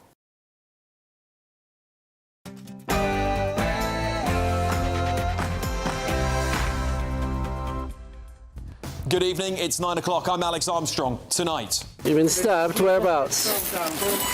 Don't think you have, mate. The final heartbreaking words of Henry Novak have been released in court transcripts today. I'm going to finally reveal the full story for you with eyewitness accounts included. It's harrowing and it's heartbreaking, but I think you all need to hear it. And exclusive here this evening, more prolific Pakistani rape gang members are back on your streets. One of them was grinning in his custody photo, and of course I'm going to reveal the shocking number of them who have been released early, some of them up to 9 years early. Also, send them back! Send them back! Send them back! Send them back! Send them back! Now, 1 year on from the Battle of the Bell Hotel, where protests spark a nationwide outrage, of course, the government have finally closed its doors. Plus, Westminster hasn't been working for people, and it hasn't been working for a very long time. Well, it looks like Andy Burnham is already facing his first rebellion, and he's not even Prime Minister yet. That's as 80 Labour MPs write a letter demanding an end to Shabana Mahmood's immigration reforms. And E.T. phone home. that was, of course, from the film E.T. But are aliens real? More bombshell files have been released by the Trump administration. I think it was last night, actually. We're going to show you some of the latest clips, and two guests are going to go head-to-head on whether aliens are indeed real. Plus this. I mean, I think the reason to get me on Strictly was pretty obvious. I mean, I was the most ungainly person on the planet. We are going to continue to pay tribute to the powerhouse of a woman that was Anne Widdecombe. And of course, I'll bring you any updates on the manhunt for her alleged murderer. And on my panel tonight, journalist and broadcaster Linda Jubilee's here, former Scotland Yard detective Peter Bleksley, and former Labour Minister Bill Rabble.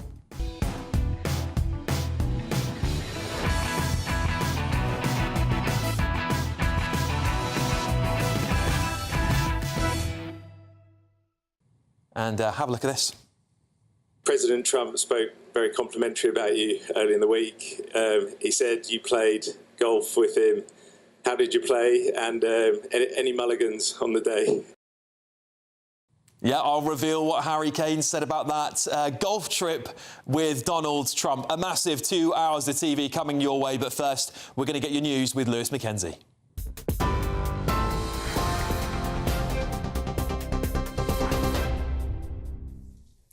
Good evening. Here are your latest GB News headlines. Police believe Anne Widdecombe was attacked on Wednesday afternoon, nearly 24 hours before she was found dead. The body of the 78-year-old was found at her home in Devon with serious injuries late on Thursday. Another manhunt has been launched as the 26-year-old man arrested on suspicion of murdering the former MP was released from custody and is no longer part of the investigation. After serving in a Conservative government, Miss Widdecombe became a Brexit Party MEP and subsequently a Reform UK spokeswoman. She also found fame outside of politics after starring in Strictly Come Dancing and Celebrity Big Brother. Sir Keir Starmer says this is a moment to rise above any political differences and has urged anyone with information to come forward. I think it's very important for us to have in our thoughts the family and friends of Anne Widdecombe. And to be clear, the single most important thing at the moment is that the suspect is apprehended as quickly as possible by the police. And I urge everybody listening or watching this who's got any information at all which may be of assistance to the police to come forward to make sure that someone who is clearly dangerous is apprehended as quickly as possible, and the police investigation can proceed on that basis. Rachel Reeves says Andy Burnham must have a worked-through plan for governing Britain when he walks through the door of number 10 Downing Street. Miss Reeves has also conceded she will no longer be the Chancellor when Andy Burnham takes over as Prime Minister. Energy Secretary Ed Miliband and Foreign Secretary Yvette Cooper are among the names being floated amongst MPs in Parliament as a possible successor to Miss Reeves. Hundreds of firefighters in Spain are still battling to contain pockets of flames in the southeast after one of the country's worst ever wildfires.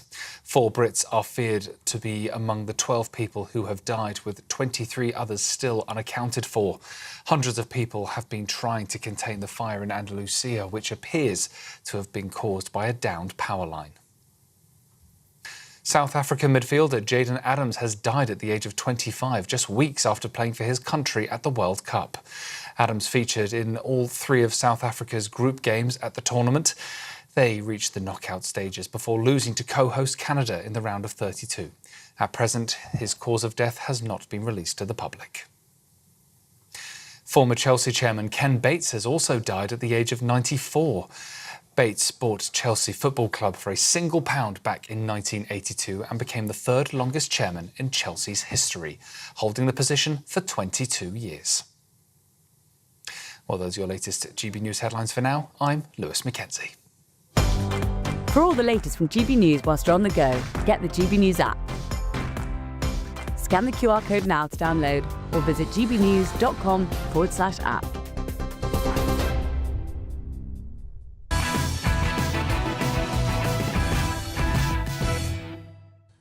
I'm not a racist. Henry Novak's final words released in court documents today. The documents are heartbreaking, but I think you all really do need to hear them. More than 600 pages of evidence really do lay it bare.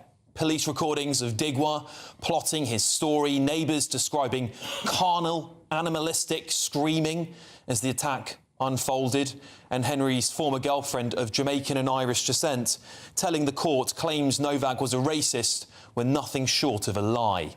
His ethnicity, she said, had never been an issue between them. In fact, she told the court, Henry was very proud of my heritage. Prosecutor Nicholas Lobenberg, KC, told the jury, even as Henry is dying, he said, I'm not a racist. That's attested by a witness, Andrew Mortimer, as he lay dying. Henry also denied that he was the attacker. The 999 call handlers were falsely told that Henry had racially attacked Digwa. In the background, you can hear Henry dying and pleading, no, I didn't. Neighbour Sean Baldock heard shouting that sounded foreign, then more and more extreme. I felt scared, he told the court. The tone gave me a pit in my stomach. It was really aggressive, like a carnal, animalistic tone. He also heard, this white guy racially attacked us. Then, you're not getting away, big man. And after that, he heard, I'm going to slash you. Then Henry was heard saying, I'm going to die, I am going to die. Someone then told him he was fine. Witness Angus Kemp went outside to give the police his details. Digwa's parents allegedly approached him, asking him what he'd seen. Well, Kemp says he watched Digwa's own mother try to stop an officer arresting her son. It's pretty clear to me the Kirpan exemption must end. Nobody in Britain has the right to carry a blade because of religious custom that are foreign to Britain, frankly. And I don't care if that offends people or people don't like it. That should be the law applied equally to all of us. The officers who treated Henry as a criminal while he lay there dying must also be held to account. It wasn't a simple mistake, mate, was it?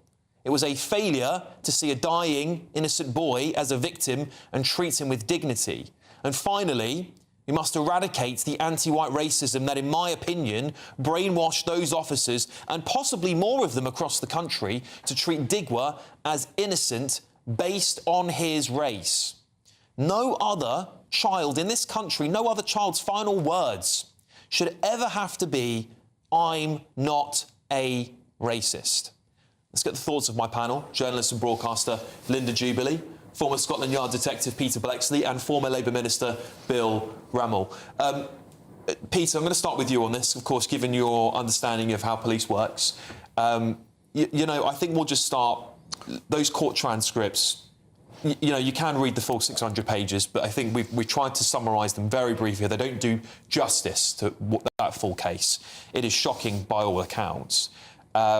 It seems to me, when we boil this down, the police at least could have treated Henry with some dignity in his death.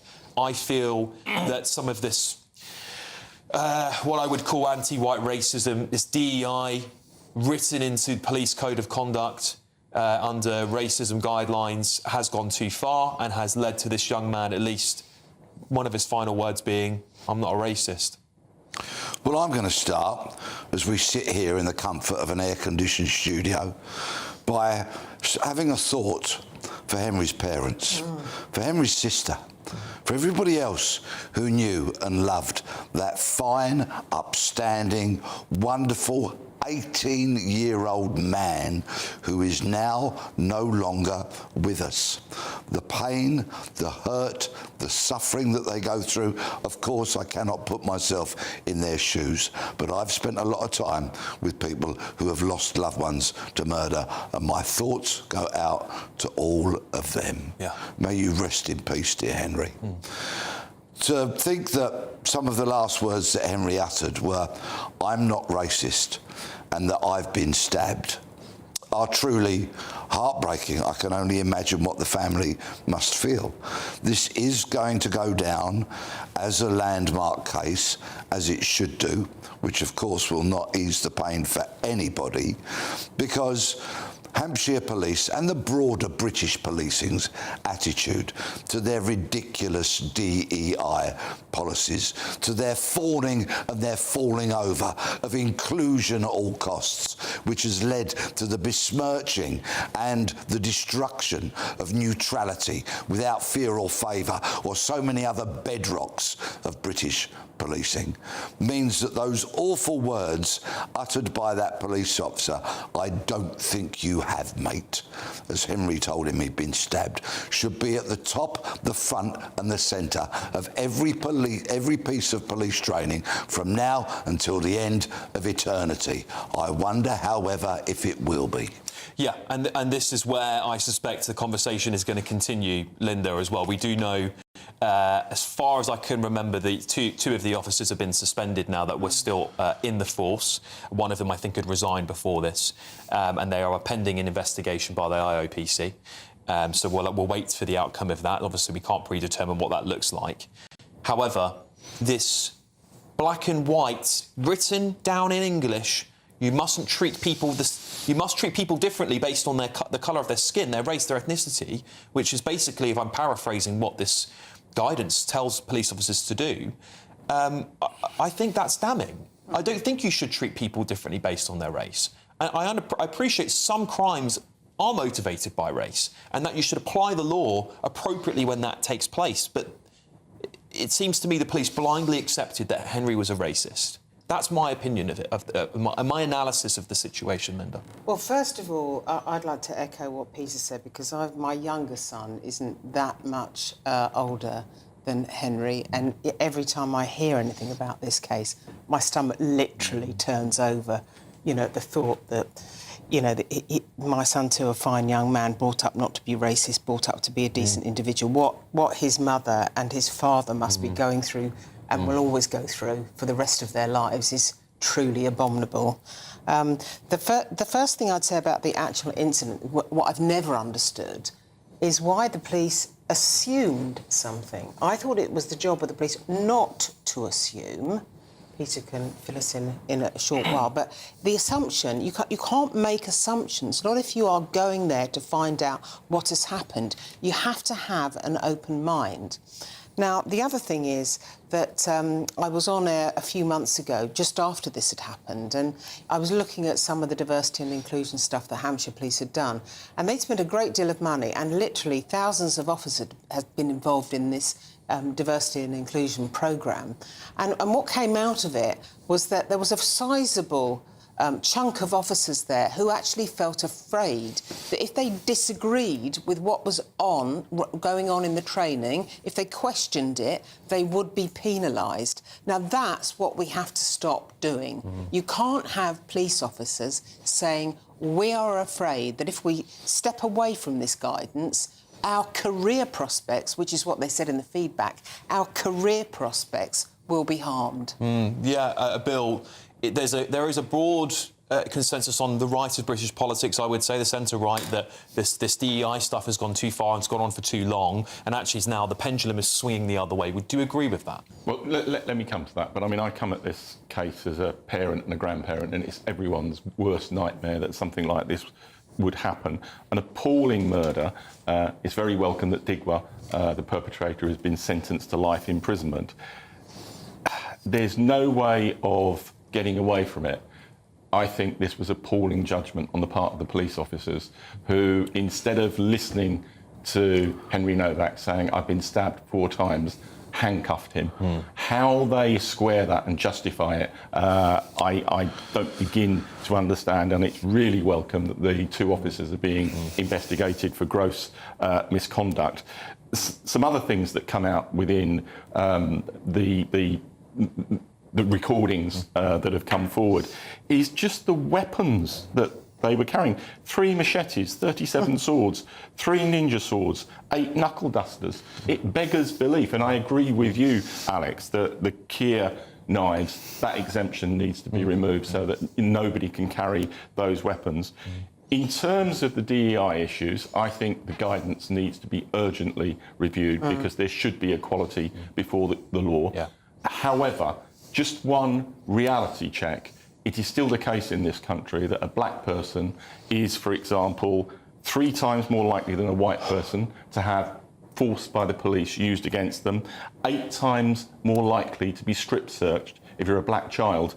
And there are legion examples in the Metropolitan Police of institutional racism against black people. So yeah, this guidance needs to be tackled, but there's a whole series of issues about discrimination that needs to be tackled. Yes, and black people are far highly represented in jails because they commit a greater amount of crime on a percentage basis. That's a fact. And now you supporting this almost kind of the fact that people shouldn't be treated equally in the eyes of the law. But this is the essence that you're getting at, because you're claiming that black people are disproportionately dealt with. Needs to be revisited. Right, yeah, people should be equal before the law. And let's look at who issues that guidance. The National Police Chiefs Council, the College of Policing, which is kind of like Wokerati Central, an organisation that is fundamentally unfit for purpose and needs to be dismantled. But their policies and what they've handed down now, which has led to inequality in how people are treated, is a result of the woke, fluffy, liberal, what some people would call progressive policies of not only your party and your government, but the previous government as well, who weren't conservative in the slightest. So we need a complete and utter rethink in order to redress the balance. Policing needs to be courageous enough, but it won't be with all the clowns in charge, to stand up and say to all in sundry, including people like you with your arguments, regardless, we are going to police without fear or favour. It matters not the colour of your skin. If you're a person that we can justify stopping and search, you'll be stopped and searched. If you're a person that needs arresting, you'll be arrested without fear or favour. Actually, policing does need to be colourblind. It needs to be blind to all faith, colours, creeds, and just police down the middle. Bill, I'll let you come back on that in a second. I just wanted to say, I went back to my notes of shortly after the dreadful thing happened, or the outcome of the court case, and the course was run by Inclusion Matters Foundation, which was run by the College of Policing. Correct. And it involved 6,250 officers and staff. That's a lot of time and a lot of money by the Hampshire Constabulary. And so when I say a sizable chunk of those people reported, and that was all in the public arena, they reported that they were frightened that their career prospects would be harmed if they deviated away from the line. That's a lot of police officers. That's hundreds of police We'll let you come back to both those things. And it's absolutely right that guidance is addressed, because there does need to be equality before the law, and police officers should be able to pursue individuals. Well, that guidance needs to be changed. Yeah, completely regardless of their race. However, you can say that alongside recognising, Peter, that there are real problems of entrenched racism against black people, particularly within the Metropolitan Police, and that needs to be challenged as well. If you care to look at the murder statistics of teenagers and young adults in London for the last however many years, you will see that the overwhelming majority of young teenage people murdered on the streets of London are black.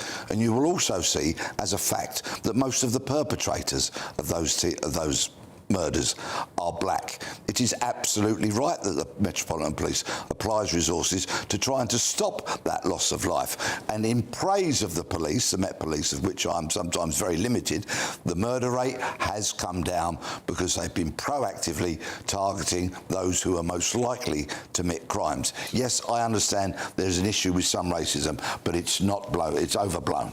Well, there's legion reports about institutionalised racism within the Metropolitan Police that needs to be tackled. I want to say, I think something should be done very, very quickly. Something should have been done also about the mother and the brother, because we've seen several big crimes now happen, including acts of Rudy Obama. They're awaiting trial. There's awaiting a trial now, so I don't want to get into it because we might be in contempt. We will bring more on that case as soon as we can do, of course.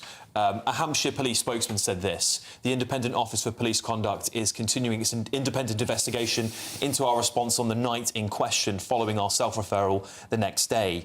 While that progresses, we ask that people avoid harmful speculation online. While Hampshire police have apologised, they deny all allegations of two-tier policing. All right, coming up, the Prime Minister in waiting is on brink as his first party revolt. Now, that seems like it could be coming down the line. That's after 80 MPs write a letter demanding an end to Shabana Mahmood's immigration reforms, which have been widely praised, by the way. But next...